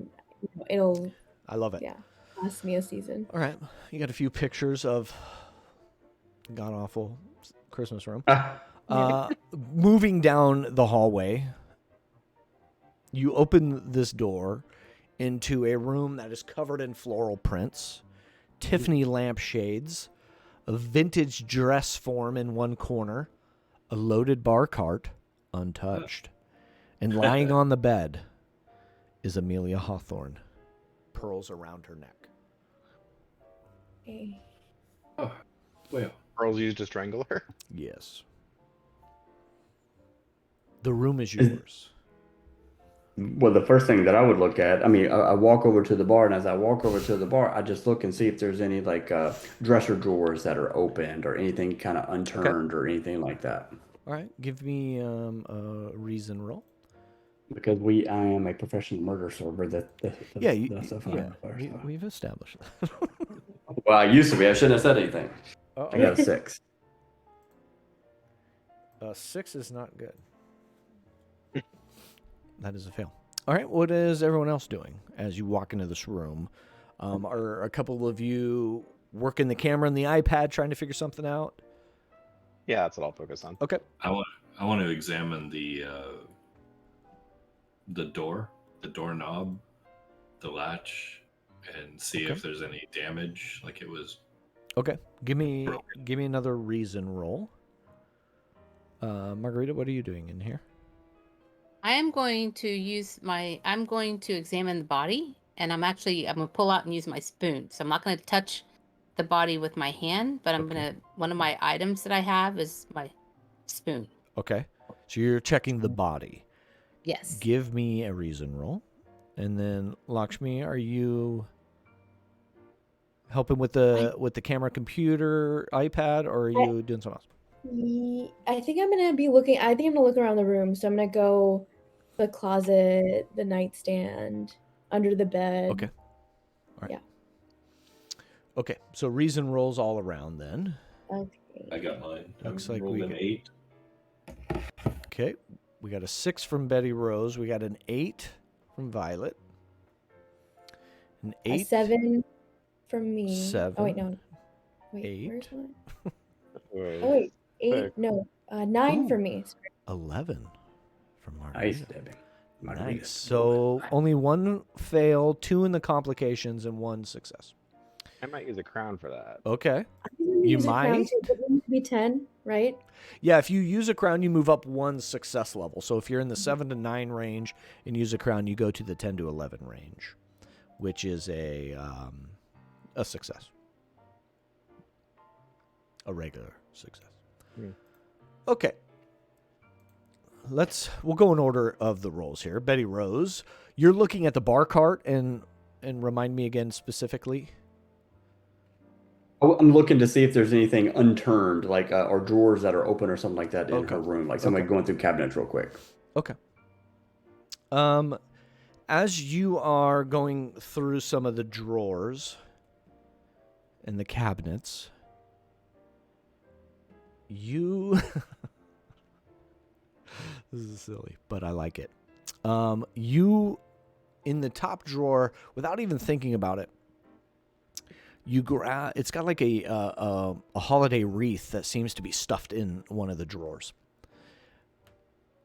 But this wreath is festooned with poison oak, nightshade, and holly. So you now have poison oak oils on your hands. And you're going to get a condition with that. We'll call it the itchy condition. You immediately recognize what it is and drop it down. And before you know it, you're like, touching your face. And those oils are transferring.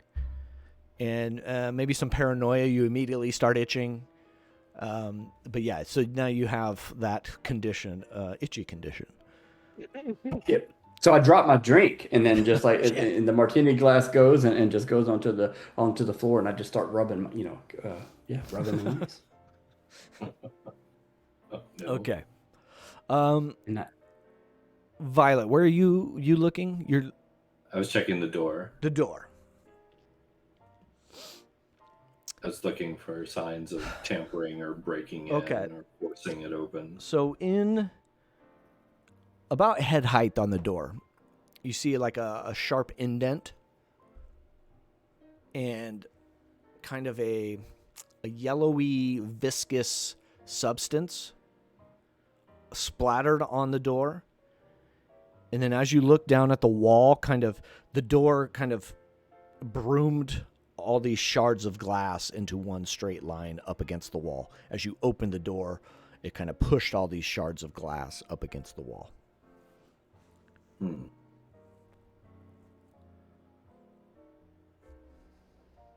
Looking a little closer at the shards, does it look like the remains of a Christmas ornament or something? It is the remains of a nice kind of goblet, crystal goblet, stemware. What, any liquid? Yeah, there's that yellowy kind of mucusy liquid. It's eggnog. Oh, okay. Mucusy liquid.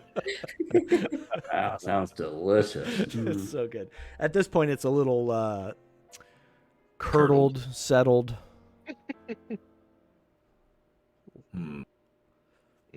Congealed.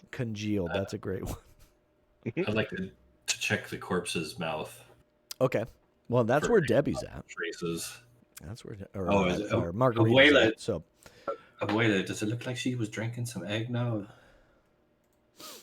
and with that, as you're using the spoon to kind of, are you like lifting back the earlobes, opening the mouth? Yeah.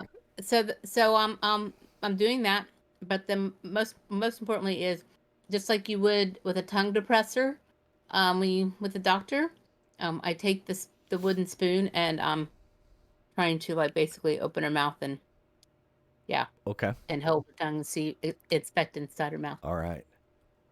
There is a balled up, crumpled piece of paper in kind of the back of her throat. And at the same time, you can see like the marks of the pearl necklace that dug into her neck as well. Well, I'm gonna use that spoon and use it to kind of All just right. pull it out of her mouth. Okay. So no eggnog, but this piece of paper. I guess that's a clue, right? Piece of paper, the dead woman. Yes. And just keeping track, we have 7 clues at this point. Oh shit. Yeah. And What? this is a complexity of 7, so we're at like breaking even if we make that theorize roll. Are there any signs of eggnog on her breath? No. But no. Who else was drinking eggnog at this party? Yeah, that's what I was gonna ask. You Well, both here's- went to the bar, right? Here's the real question. If I take my finger and dab it in the eggnog mucus Yeah. and sniff it, do Yeah. I smell alcohol in it? Yeah. A lot of rum. A lot of rum? Lot like of rum. heavy rum? Yeah, it's mostly rum. I think I know who did this. Jimmy. Margarita, Yeah. are you opening that piece of paper? Yes, I'm going Okay. to. I'm going to open it and look at it. All right. And read it aloud to the group. This is a letter from Jimmy asking very nicely if his sister, beloved sister Amelia, would please loan him money one more time so that he can get his act straight.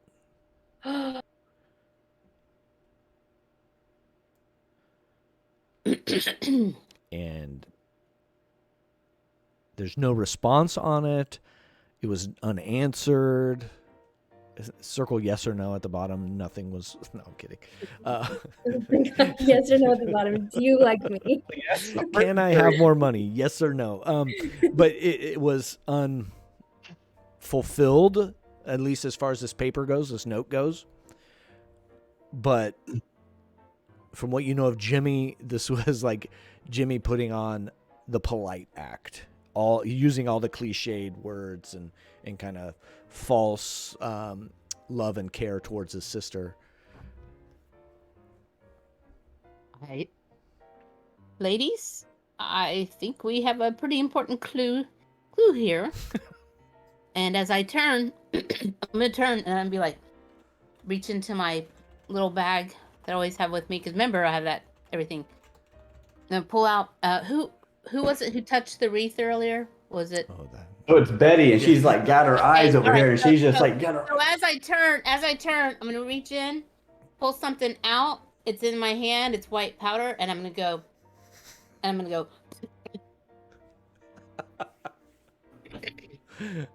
Here you go. And it's baking soda that I've used my spit to make it into paste to put on to help soothe the irritation and pain. Because Yeah. I carry baking soda. You never know. You go places, they say they have Yeah. baking soda, they have baking powder, baking soda. So I've always got those staple baking and cooking ingredients in my little trusty little abuela bag of stuff. So we all agree that it's that little shit stain in the Patriot sweater, right? No, it seems like maybe he's being framed. Framed? Why would he stick his own note in the mouth? I don't know. Maybe. Yeah, but you see this nasty discharged looking eggnog? There's all over the wall. If he were being framed, someone would grab his drink and throw it in the wall. Because I mean, there's a lot of rum in that. I smelled it. Yeah. I All can right. smell it. So as this is happening, you two are trying to get that camera plugged into the iPad. Yeah. We got an 8 roll and we got a 7 roll. I got a 9. I forgot to add my 9 plus. roll and still in the complication category. I think I want to put on a crown. Okay, so Do it. as you got the iPad up, Mm-hmm. that red battery starts flashing. For some reason, it was the screen. You had clicked on off the screensaver because as you were singing, it kept turning off, and you'd have to swipe it open. So you kept it on, and while it was in your fanny pack, it was just on. You forgot about it. The Oh. Classic. So you plug the camera in, and you're hoping you got enough time here. It's uploading, downloading. I'm a boomer. I don't know these things. It is into your downloaded files. You click on it. You open it up. It is of the Christmas room. Door is closed, pointed at the door. The door opens. Jimmy with a glass of eggnog walks in. Battery dies. Oh. Battery dies.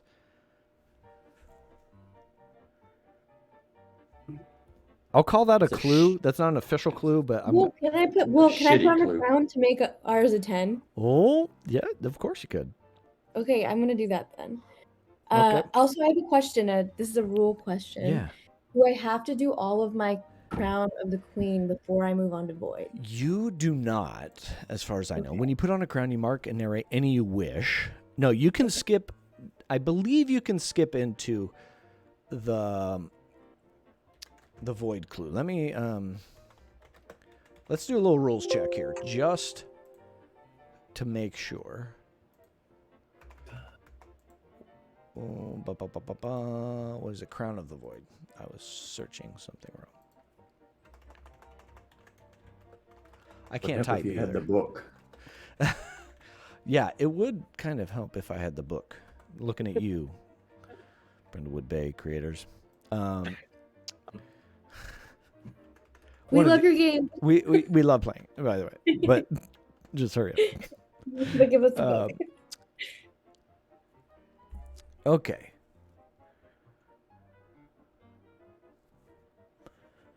You have to do them. The effects of the dark conspiracy. That's not giving me an answer. Well, I'll stick to. I have crown of the queen. I just wanted to skip around and make it interesting. Yeah, I like interesting. Yeah. See some more exploding Christmas balls. Yeah, I would imagine you can. Okay. So I'm gonna put on my first crown of the void. Okay. Then. So a shadow in the garden. Hereafter, during cozy vignettes focused on you or cozy move scenes involving you, you must also narrate how dark entities subtly reveal themselves in the scene.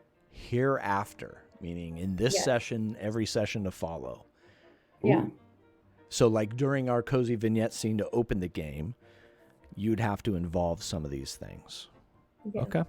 All right. That doesn't really... So describe a cozy vignette right now and how that would sort of start...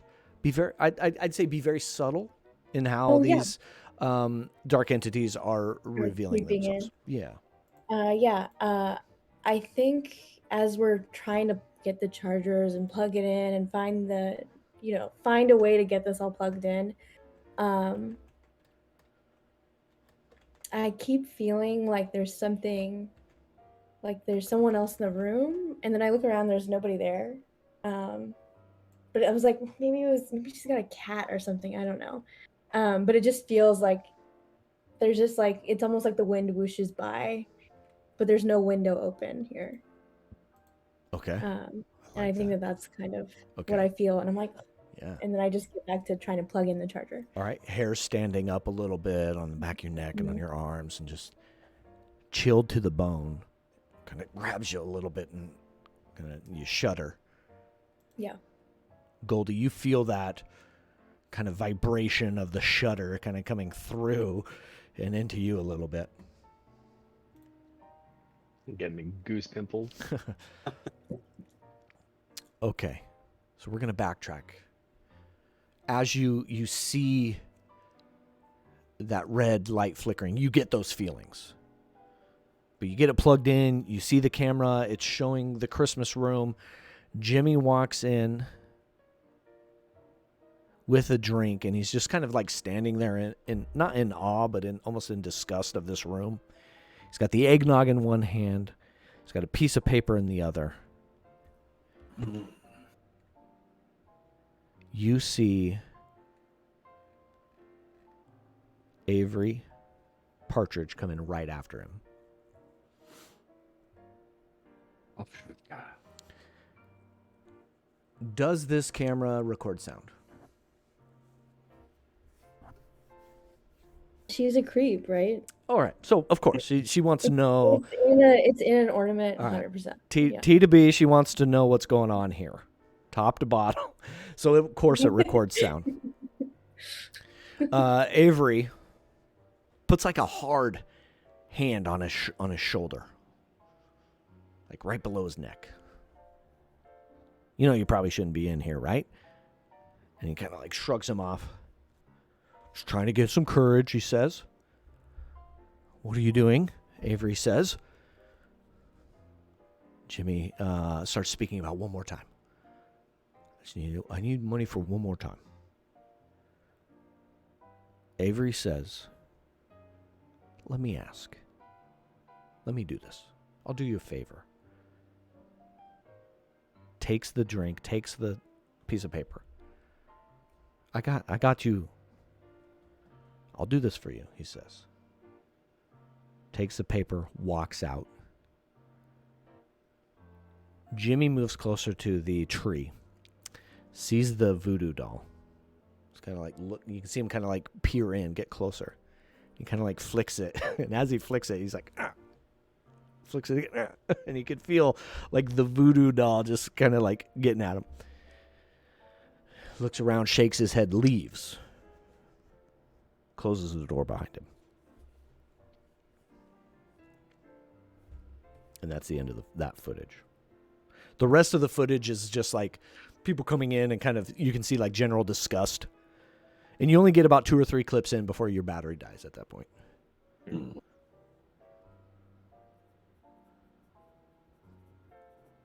I think we play it for the room, right? I think it was Avery.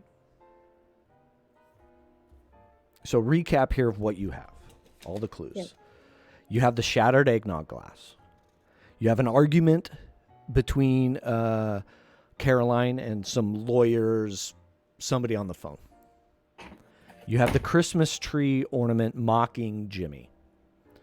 You have Amelia's rejection or the request from Jimmy for money.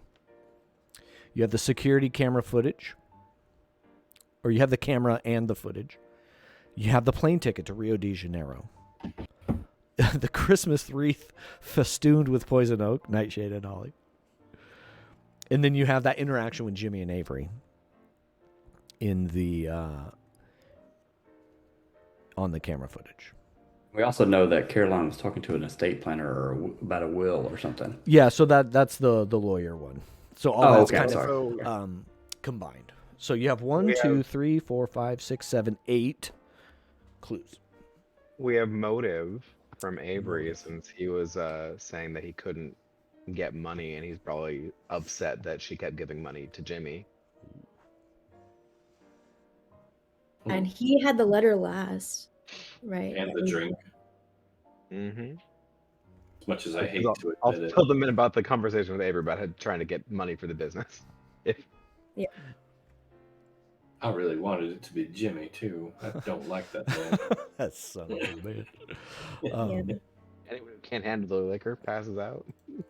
Well, I mean, I may have played some role in him passing out that had nothing to do with liquor and more to do with a falcon punch to the gonads. So Betty with this biscuit juice on, sodium bicarbonate residue all over her face with, with gin and tears and Margarita spit. She just kind of looks at Violet. It's like, there is that voodoo doll. We can go stab it. Well, we can take care of Jimmy. That's an excellent idea based upon the evening that you and I have had in this godforsaken estate house filled of Christmas horrors. I think we have earned a little bit of fun with that wackadoodle doo-doo doll. It is a doo-doo doll, right? Did I say that right? The doo-doo doll? Yeah, you got it. I'm going to go get that doo-doo doll. I'll be right back. Okay, so you're going in that room? Yeah. Okay. As you step out into the hall, you see Caroline step out of the office room, and you guys kind of meet each other. She kind of pulls her suit down and, excuse me, what's happening? just stepped out of the doorway. Coming from my aunt's room? Is this your aunt's room? Yeah, Amelia's we talked about earlier. Yeah. She's very dead, sweetheart. I'm sorry. Yes, we know. Good news is Sheriff Dalrymple is on his way. Oh, good. I'm good. sure he'll get to the bottom of this. So if you'll just kind of join me back downstairs, and I'm sure he'll be here soon and want to take statements. I just wanted to pay my respects in the Christmas room real quick. It was a masterful work of art. You don't have to be nice. Sweetheart, It's I'm not, gonna reach over and pat her gently on the cheek. Bless your heart. I'm never nice. I'm just gonna kind of breeze past her into the Christmas room. Christmas room is kind of in the middle of those two doors, so you can kind of like meet there. Sure, just make it quick. Dalrymple said he's going to be here very quick, and Why don't you he just assured go me, downstairs, sweetheart, and wait for him? I'll be he right there. assured me that everyone needs to be down there, and he will have this solved. Lickety The sheriff split. and I are old friends. We do most of his work for him. You don't worry about a thing. I'll talk to the sheriff when he gets here. It's funny. He did ask if you all were here. See, I told you. And when I said yes, the urgency in his voice was very prevalent. That's because he knows we're going to get it done really quickly. Now you just head on downstairs, sweetheart. Right, give we'll me take care of you. give me a presence roll. And then as she's making that presence roll, I keep hearing the word Dalrymple, and so I come out with my sweater and I'm like pulling it down, but then I come out, but then I got like all this sodium bicarbonate, baking soda stuff, and gin smell and tears all over my face, and then they're all swollen up from the poison ivy. What are you doing in there? Cocaine. She just had a terrible reaction to some cocaine. Don't worry about it. Did you roll a 6? Yes. You're not doing so hot today.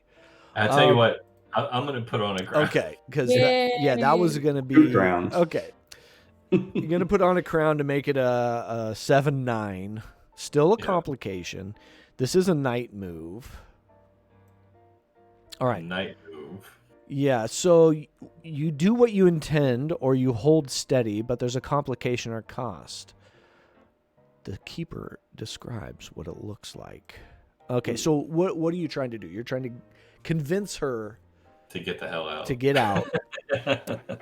But with Betty Rose coming out, looking That's like the she does, complication. that's the Yeah. complication. She's gonna. I seriously think, and the kind of sternness in her voice becomes more readily noticeable. We should probably just skip this room. And she comes in between and closes that door. If you and your friend looks at you, Betty, and just kind of shrugs, please follow me downstairs. And she calls down, Avery, we need some help up here. And quickly some footsteps start coming up the stairs. So now Avery's being involved. Ladies, we could use some backup. There's a murderer on the staircase. Upstairs with my phone recording because that's now my new. That is the thing. I'd like to pull I guess what might be considered a meddling move. Okay. I would like to go ahead and, because we're in a room where there's a lot of like Christmas type things, right? You're in her bedroom. It's more Tiffany lamps, gaudy floral print. There is like a dress form that you would use to like tailor a dress in one corner. Okay, and there's like a scarf, maybe a scarf hanging off of it Definitely. that I can grab. And what I'm going to do is grab and pick up that wreath that's in there. That Okay. is that wreath in there? Yeah. Yeah. Okay. I'm gonna pick up that wreath. Okay. And have that so that as Avery is coming up the stairs, I'm going to throw that wreath at Avery. Okay. In such a manner as he's gonna have to that Avery's gonna try to catch it. Okay. So he's coming up the stairs and he sees in the hallway we have Caroline, we have Violet, we have Betty, and then we have Margarita coming out of that last bedroom door. So you're a little ways down the hall at this point. But Caroline is asking, we're going to need some help up here. And you see him kind of get into like does a little skip to get up, and he start now like a jog towards you, Violet, who is next to his wife, making a move towards you. Oh. And this is the man that we am pretty sure is the murderer. This is who you are, your prime suspect so far. So it's time. It's time. Okay. This time. So I see him moving up the stairs. Immediately I enter into my fighting stance. Okay. All right. I'm about to lay this man out. I'm going to say you'll have advantage with the poisonous wreath being thrown over your shoulder, being lassoed down the hallway. Excellent. In that case, that's going to be vitality. Because you're doing physical. This man is coming, and he's coming for you. Right, and I'm filming after the assault, the wreath assault. Okay. And then you come in and... I'm not going to get them. Right after that, I'm like, start filming. Gotcha. Because I'm not going to incriminate my friends. Okay. I kind of hope you're filming. This is about to be epic. All right. So the wreath is sailing over my head. Violet's in her fighting stance. He starts coming up the stairs. She has one of those freak perfection moments of just form and grace and movement from watching her sensei at the dojo where she's been training at the YMCA, and comes around with this perfect just axe kick. Okay. That leg somehow stretches all the way up here and comes down, lands in his eye socket, hits the collarbone, drags down his ribs, nails him in the nuts, and then tags him in the shin on the way down. Okay. And, if the roll says so. Oh, it's going to.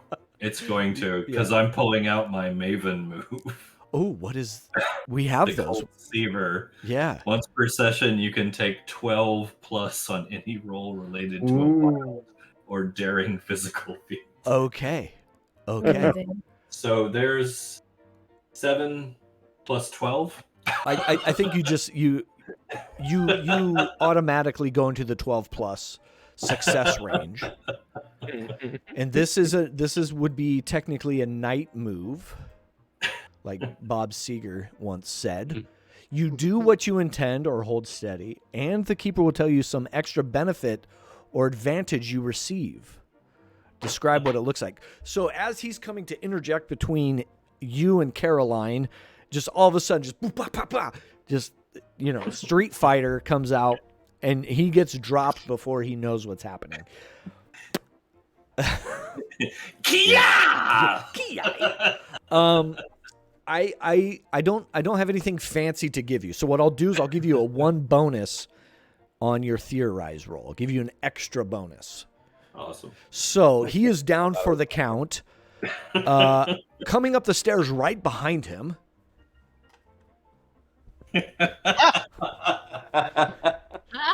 Sheriff Dalrymple.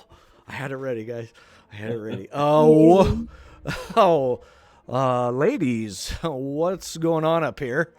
He got knocked the F out. He sees Caroline. Caroline's like lost. Betty, you're back there covered in baking powder, naked Dalrymple on your chest. God damn it, Betty. What? Caroline, if you wouldn't mind, take your husband. Give me a second. Don't let that man leave. Kind of picks him up, drags him into the office. All right. I just get here and I see flying kicks and fists of fury and me naked on your sweater. I've been taking some kung fu at the YMCA, right. Sheriff. Okay, so what the hell is going on? What's the prognosis here? Violet's kind of still amped up and bouncing around. So I'm gonna let somebody else take this one. So I think what I'm asking for is a theorized roll here. So let's give our hypothesis here, and then somebody rolls 2d6 plus 2. And And if Not me. My rolls have been terrible all night. Yeah, you had to use your Maven move to. I've rolled several times tonight, so Quakes or Margarita? Yeah. Yeah. Lakshmi? Why All right, don't whomever. you go? Quake, why don't you roll? Well, I'm good. Let's theorize Yeah. Okay. first. That might. So, yeah, working theory is that Avery was upset that couldn't get any sort of respect / funding from Amelia. Well, Or yeah, money is always the motive, right? yeah, it's gotta be. And especially with that extra, like finding out that she was spending money on herself for taking fancy trips and things, just added extra to his upsetness. Okay. So once he saw that she was giving money to bail out her no good nephew, Oh, her brother, no good brother, Yeah. Jimmy. The one passed out downstairs. I imagine. Yeah. He got in his head that he would try to frame Jimmy a little bit by walking in with his signature drink and his note requesting assistance. And how do you know all this? I need proof. Just got to recharge my iPad. I'm gonna pull out. I'll pull the note. Yeah. I'll pull the note out from my pocket and hand it to him. All right. It's in And crayon. say, we found this. We found this lodged in her throat. Plus the broken glass full of Broken eggnog. glass, We have video proof of him taking from Jimmy. Video proof TBD. I need Video proof. Yeah, All right. Okay. not T2B, but TB. T to B, but TBD. All right. Give me the theorize roll. That's gonna be 2d6 plus 2. 9. 9s. What do we get on a 9, folks? It's a correct solution. But the keeper will add an unwelcome complication to the solution itself or present a complicated or dangerous opportunity to take down the culprit or save the day. Okay. Well, he's So- already unconscious. As you say that, you drop Avery's name. You know, like in Die Hard? This movie. Great Christmas movie, undoubted. It's his movie. You know, Hans's brother, what's his name? The long blonde hair. You know, he gets strangled, shot, but at the end he comes out of the ruins Yes. and has one more final attack. Yeah. Alexander Godunov or whatever. Yeah. Nailed it.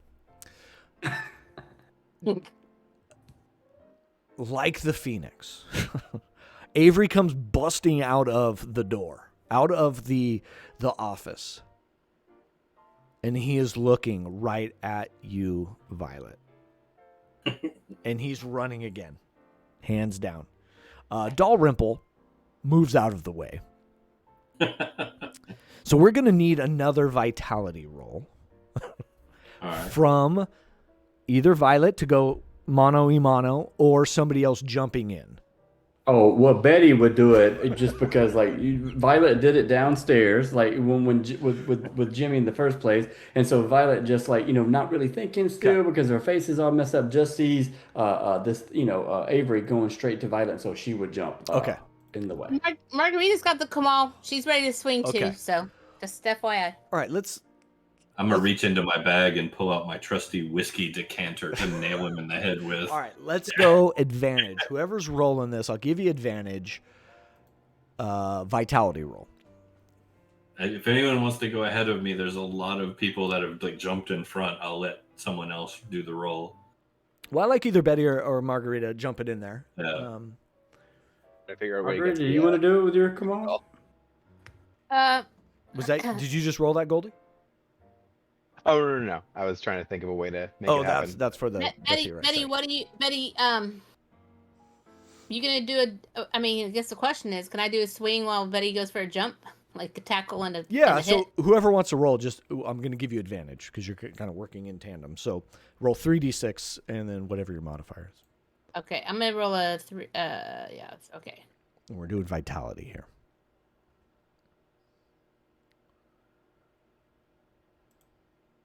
8. Ooh, that's an 8. That's a Uh-oh. complication. So we're in a narrow hallway, right? Mhm. Actually, it's going to be 6. What is your modifier? Oh wait, that was advantage to do 3d6, right? Yeah, Just so one we're going roll? to take the 2 highest, which is a 3 and a 3. Oh, okay. And actually, I have no modifier. I have a 0 for vitality. Okay, so an 8. That's going to be a complication. As you are taking your Kamal and you're getting ready to come down on Avery, Betty, you're jumping in there, kind of eyes closed a little bit. Misjudged. 10 feet away, I fall to the Misjudged. floor.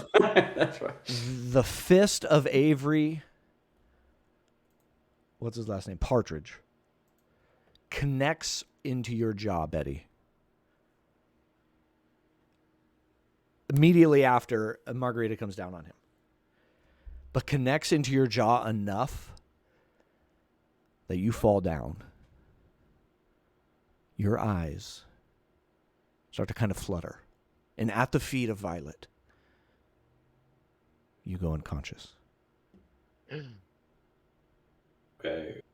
So Violet's going to look down and then look at this man and then look at the whiskey decanter in her hand and turn bright red. Like she's going to go stone silent, bright red. And if nobody stops her, she's about to brain this man. Dalrymple comes like out of he was up against the wall, letting Avery run by. Comes in, all right, break it up. I think this is enough, and he immediately starts to like handcuff him as he's kind of knocked out on the ground as well, making some moans and some groans. But Betty, you are out cold. Yeah, I'll pick All right. Betty up. Okay, I got this, and then Cradle he has to push Caroline off to the side. We got enough here, and he's taking him, dragging him downstairs. Everybody down at the base of the stairs, looking up. For his own protection, Sheriff, you better lock him up good. Betty. For a snide remark at the sheriff's like, at least you're doing some part of your job finally. Oh. Betty. In the darkness of your vision, you're in a darkened room.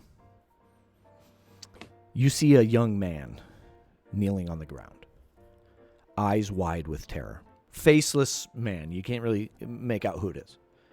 There's a second person in this room. And kind of like stage spotlights are following this person as they're slowly, deliberately circling around this man on his knees, wrapping a rope around him. Their face is hidden in the darkness of a robe. The cowl comes down enough to like shadow his face. Hands holding a rope, showing no signs of hesitation as they constrict the young man's mobility. Further and further with each round as he's going around and around.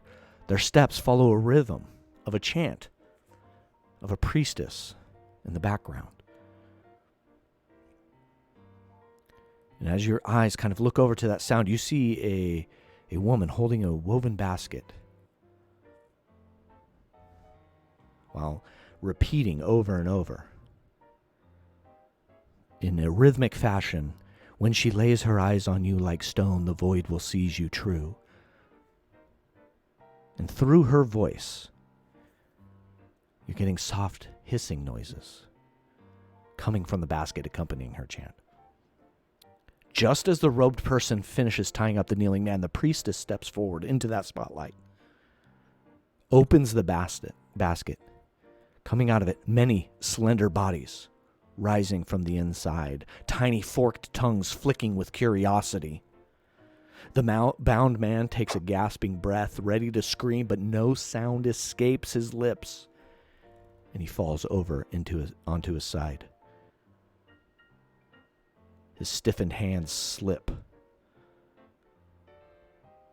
down. He falls with a thud.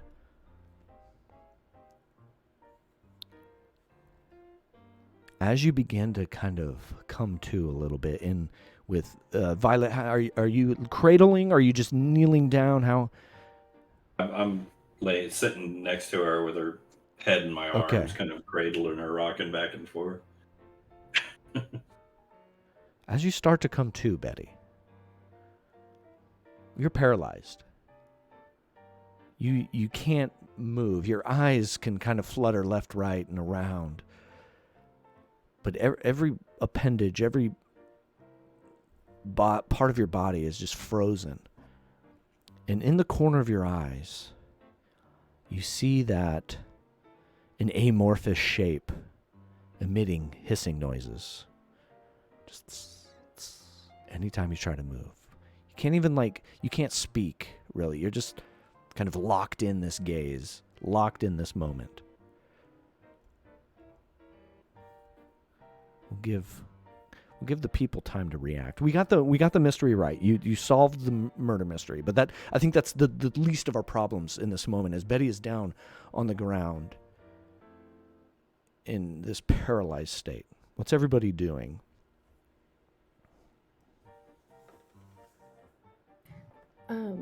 Lakshmi's been filming, but then when she sees her friend go down, she's been looking up how to wake her up, and so she just went into the bathroom and found some smelling salts or something like that. She's just trying to get something together. So I think that she's trying to be resourceful with her Google. Okay. So start Googling, go to the bathroom, try to find, rummaging through the medicine cabinet. Okay. I'm going to start singing one of our favorite big band songs from the 40s, kind of softly as I rock her back and forth. I'll probably do the classic Ink Spots tune. Sure. I don't want to set the world on fire. As you are rocking her, they're not cradling in your arms. It's very stiff as a board, right? They're just kind of locked there, rigor mortis is set in almost. Right, Goldie. Goldie would run to the untouched bar cart and grab some ice. I think you're gonna grab the gin on the rocks, baby, on the rocks. Yeah. Grab that scarf, grab some ice to make a cold compress. Okay. Okay. Bruise. And before we get to Margarita there, Satan's panties with a rate of 7. Woohoo! Thank you so much. We're wrapping up here on our Brindlewood Bay session with some drama. We have a ritual death. Yeah, we have a murder maven down. Just kind of Medusa's gaze got her, and we're trying to figure out how to get out of this. Yeah, yes, drama. Yes, drama. It's starting 2023 right with some drama. But thank you so much for the raid. I'm gonna jump back into this little narrative moment here, and we'll move on. Margarita, how are you dealing with this? As you're kind of there with your cast iron pan in your hand, standing over Violet and Betty in this moment. So I'm going to take my command, put it into my bag of tricks, and pull out essentially like a old flour sack type towel. That's fresh and clean. Mm-hmm. Take it out. I'm gonna hand it to Violet and go, here. This might help get some of that off. I think the baking soda has been on long enough that it should help. It should have neutralized those oils. Okay. Yeah. Okay. I'll keep singing okay. softly and thank you, and take the rag and start gently kind of cleaning her face off. Okay. All of you kind of converge back. Ice pack, got some meds, some ibuprofen. You had some ice, all the things. Betty's eyes fluttering back and forth. Betty, what do you have the faculty to think and to be present in that moment. You just can't move, you can't speak. What are you thinking?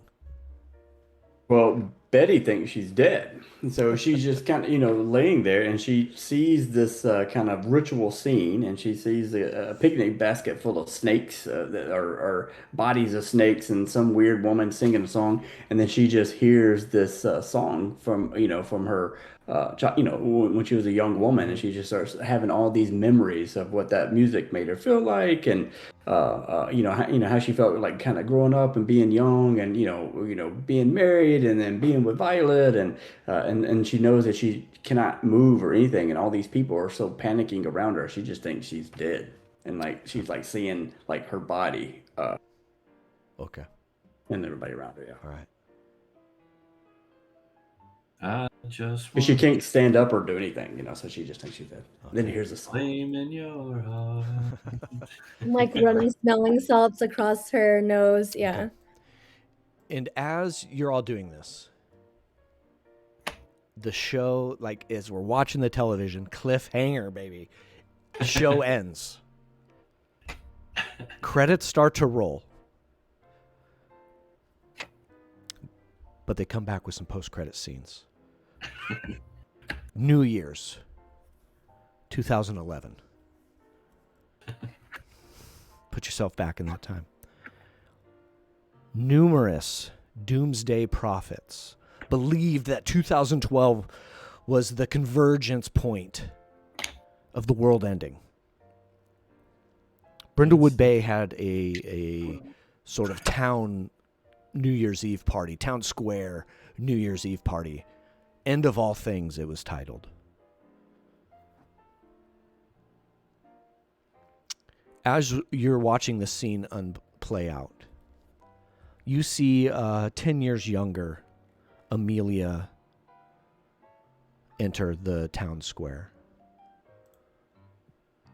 You see a man in a long peacoat, monocle, kind of standing around the outside, circling around this town square as people are kind of reveling and having a good time, celebrating what might be, what many believe would be their last celebration. But that man in the peacoat and the monocle, Aston, standing around the outside, just kind of laughing, chuckling to himself. 12 o'clock hits. All is fine. Everybody kind of lets out an exhausted kind of whew. Couples are kissing, cheering. Party goes on. The camera follows Amelia back home. She takes out a letter from her coat pocket. The camera stays on it for a minute. It was a suicide note from Amelia, talking about how she was believing that this was going to be the end,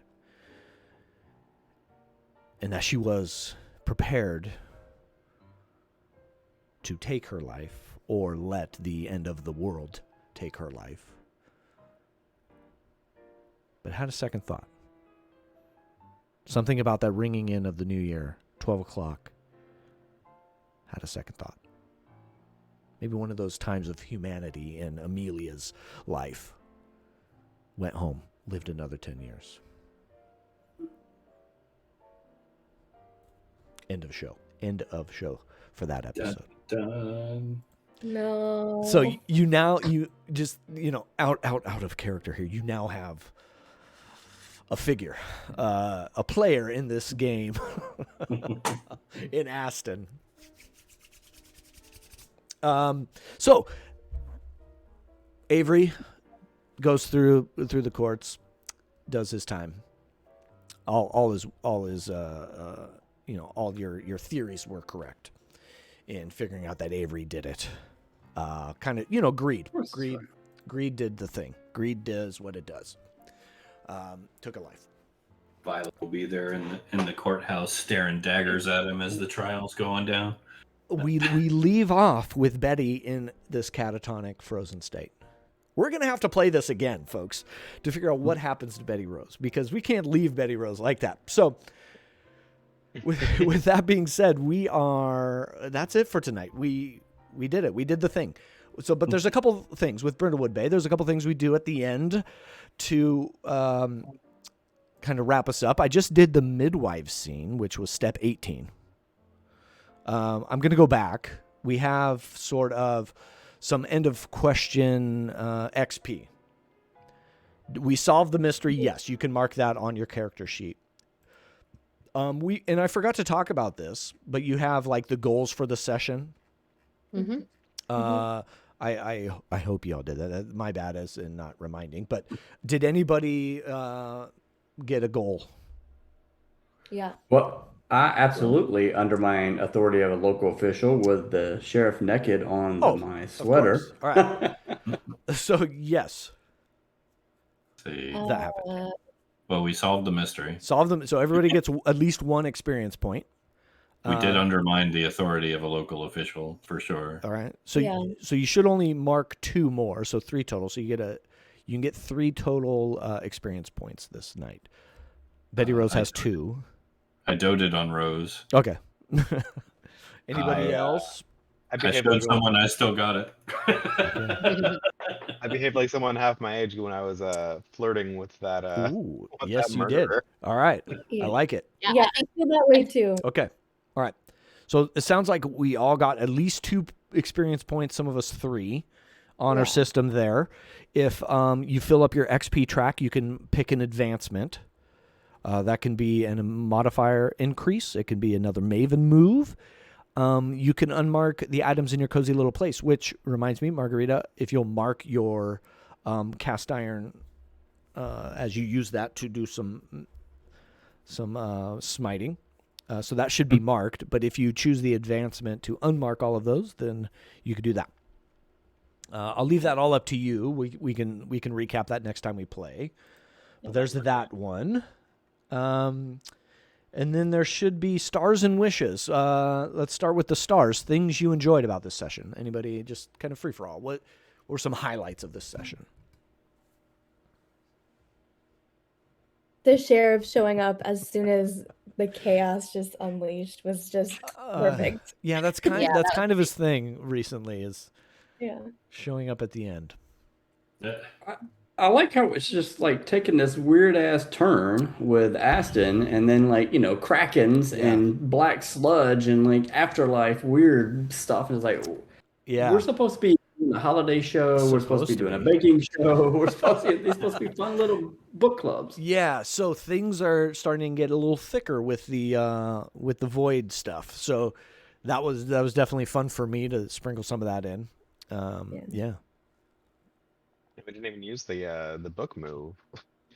What's the book move? The mystery, the auto 12. That. Oh, yeah.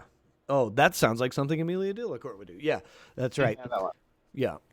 I really liked the idea of having the ornament that had the video camera in it. I mean, that's not your standard like nanny camera and a teddy bear. I like that. I thought that's pretty cool. Yeah, and I'm glad we wrote in the iPad and was able to make that work. I liked the dead battery and then putting on a crown to make it work enough. I thought that was fun. So wishes, what are things we want to see next time? So I want to find out what happens with Betty because we're invested. I don't know what's going to happen with Betty yet, so that'll be fun. So that's something I'd like to see. What's going to happen with Betty? Yeah, I think Lakshmi has been Googling who Aston Courtney is. Okay. And so with that, I think at the top of the next session. Ooh, do you want what you learned? Do you want some? I would love some. Yeah. So just while we're here, let's give you a little bit. Let's do that. Aston Courtenay, Marquess of Dorset. I probably butchered the pronunciation, is a well-regarded, high-ranked member of the British peerage.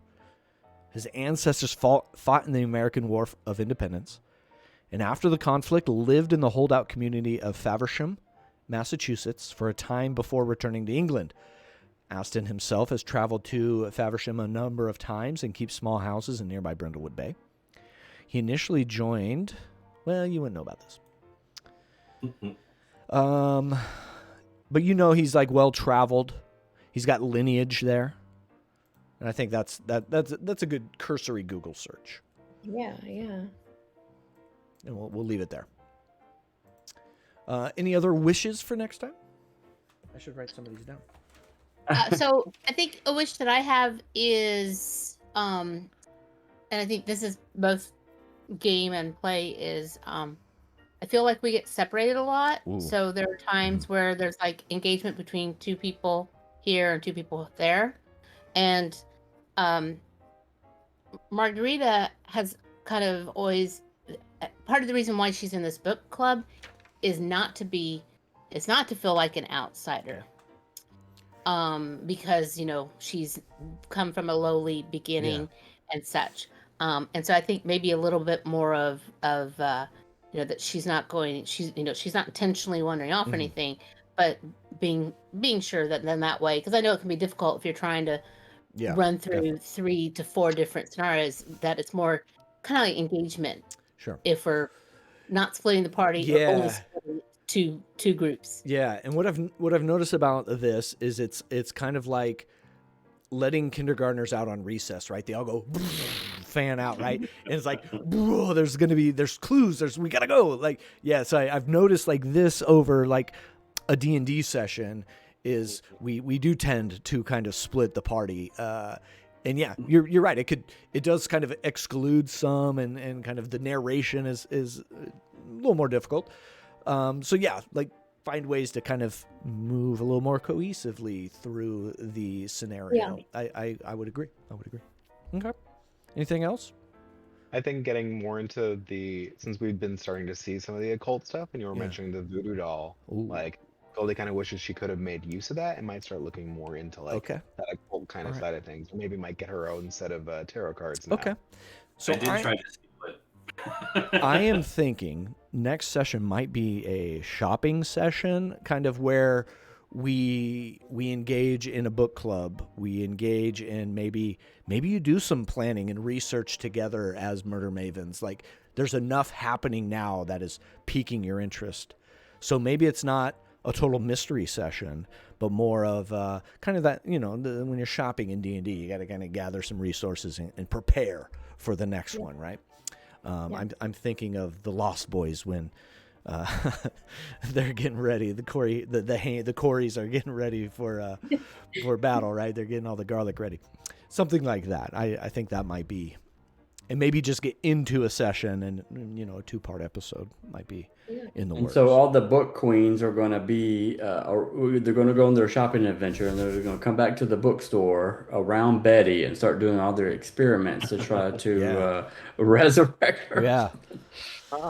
But I picked up another Maven move. Okay. So the third one, the last one I can have. Ooh. In response to Betty being downed. Yeah. I went with the Gordon Shumway. Ooh, okay. So I now have a feline friend with a very strong bond that can do tricks and follow commands. Okay. What's your feline friend's name? Yeah, you're precocious. Lovecraft. Okay. So that gets added to your inventory. Your kitty cat. Lovecraft the kitty is now in my cozy little place. Okay. Anything else, folks? Like, how many sessions are left in this thing? Like, or is it just now you're just writing with the book? Well, you don't have the book, so you have no idea. But no, I think there are 3 more pre-written things, and when the Nephews in Peril book comes out, there's more in that one as well. I'm also in the middle of writing some more. There is a bingo game food drive that I'm working on. That'll be that's kind of fun. So yeah, I mean, we can keep going for a while. So, Sweet. and we're gonna sprinkle in some of these shopping sessions. So, but there we go. Okay, I think we should end the stream. I think that's what's next. Thank you, Satan's Panties TV, for the raid. We appreciate that. Shun, thank you so much for the resub. Phoebe, an offline follow. We appreciate that as well. Nepotep Beauregard, Shun, I'm going to work that in. That's an NPC of the Dark Void. Sounds like to me. So I will work that in, and that will be a ton of fun. That's it. This is FeatherFall TV, Tabletop TV. What? I don't know what I'm saying anymore. We'll be here Wednesday playing some Stream of Annihilation. Words are failing me at this point. Stream of Annihilation. I just realized I have to go back to work Stream of tomorrow. Annihilation. And now I'm mad. But anyways, thank you everybody for hanging out. Thank you players for a fun session here. And we'll come back at it. We'll pick a time to get back to it to figure out what's going on in Brindlewood Bay. Thank you everybody. This is where we say goodnight, and we'll see you next time. Night.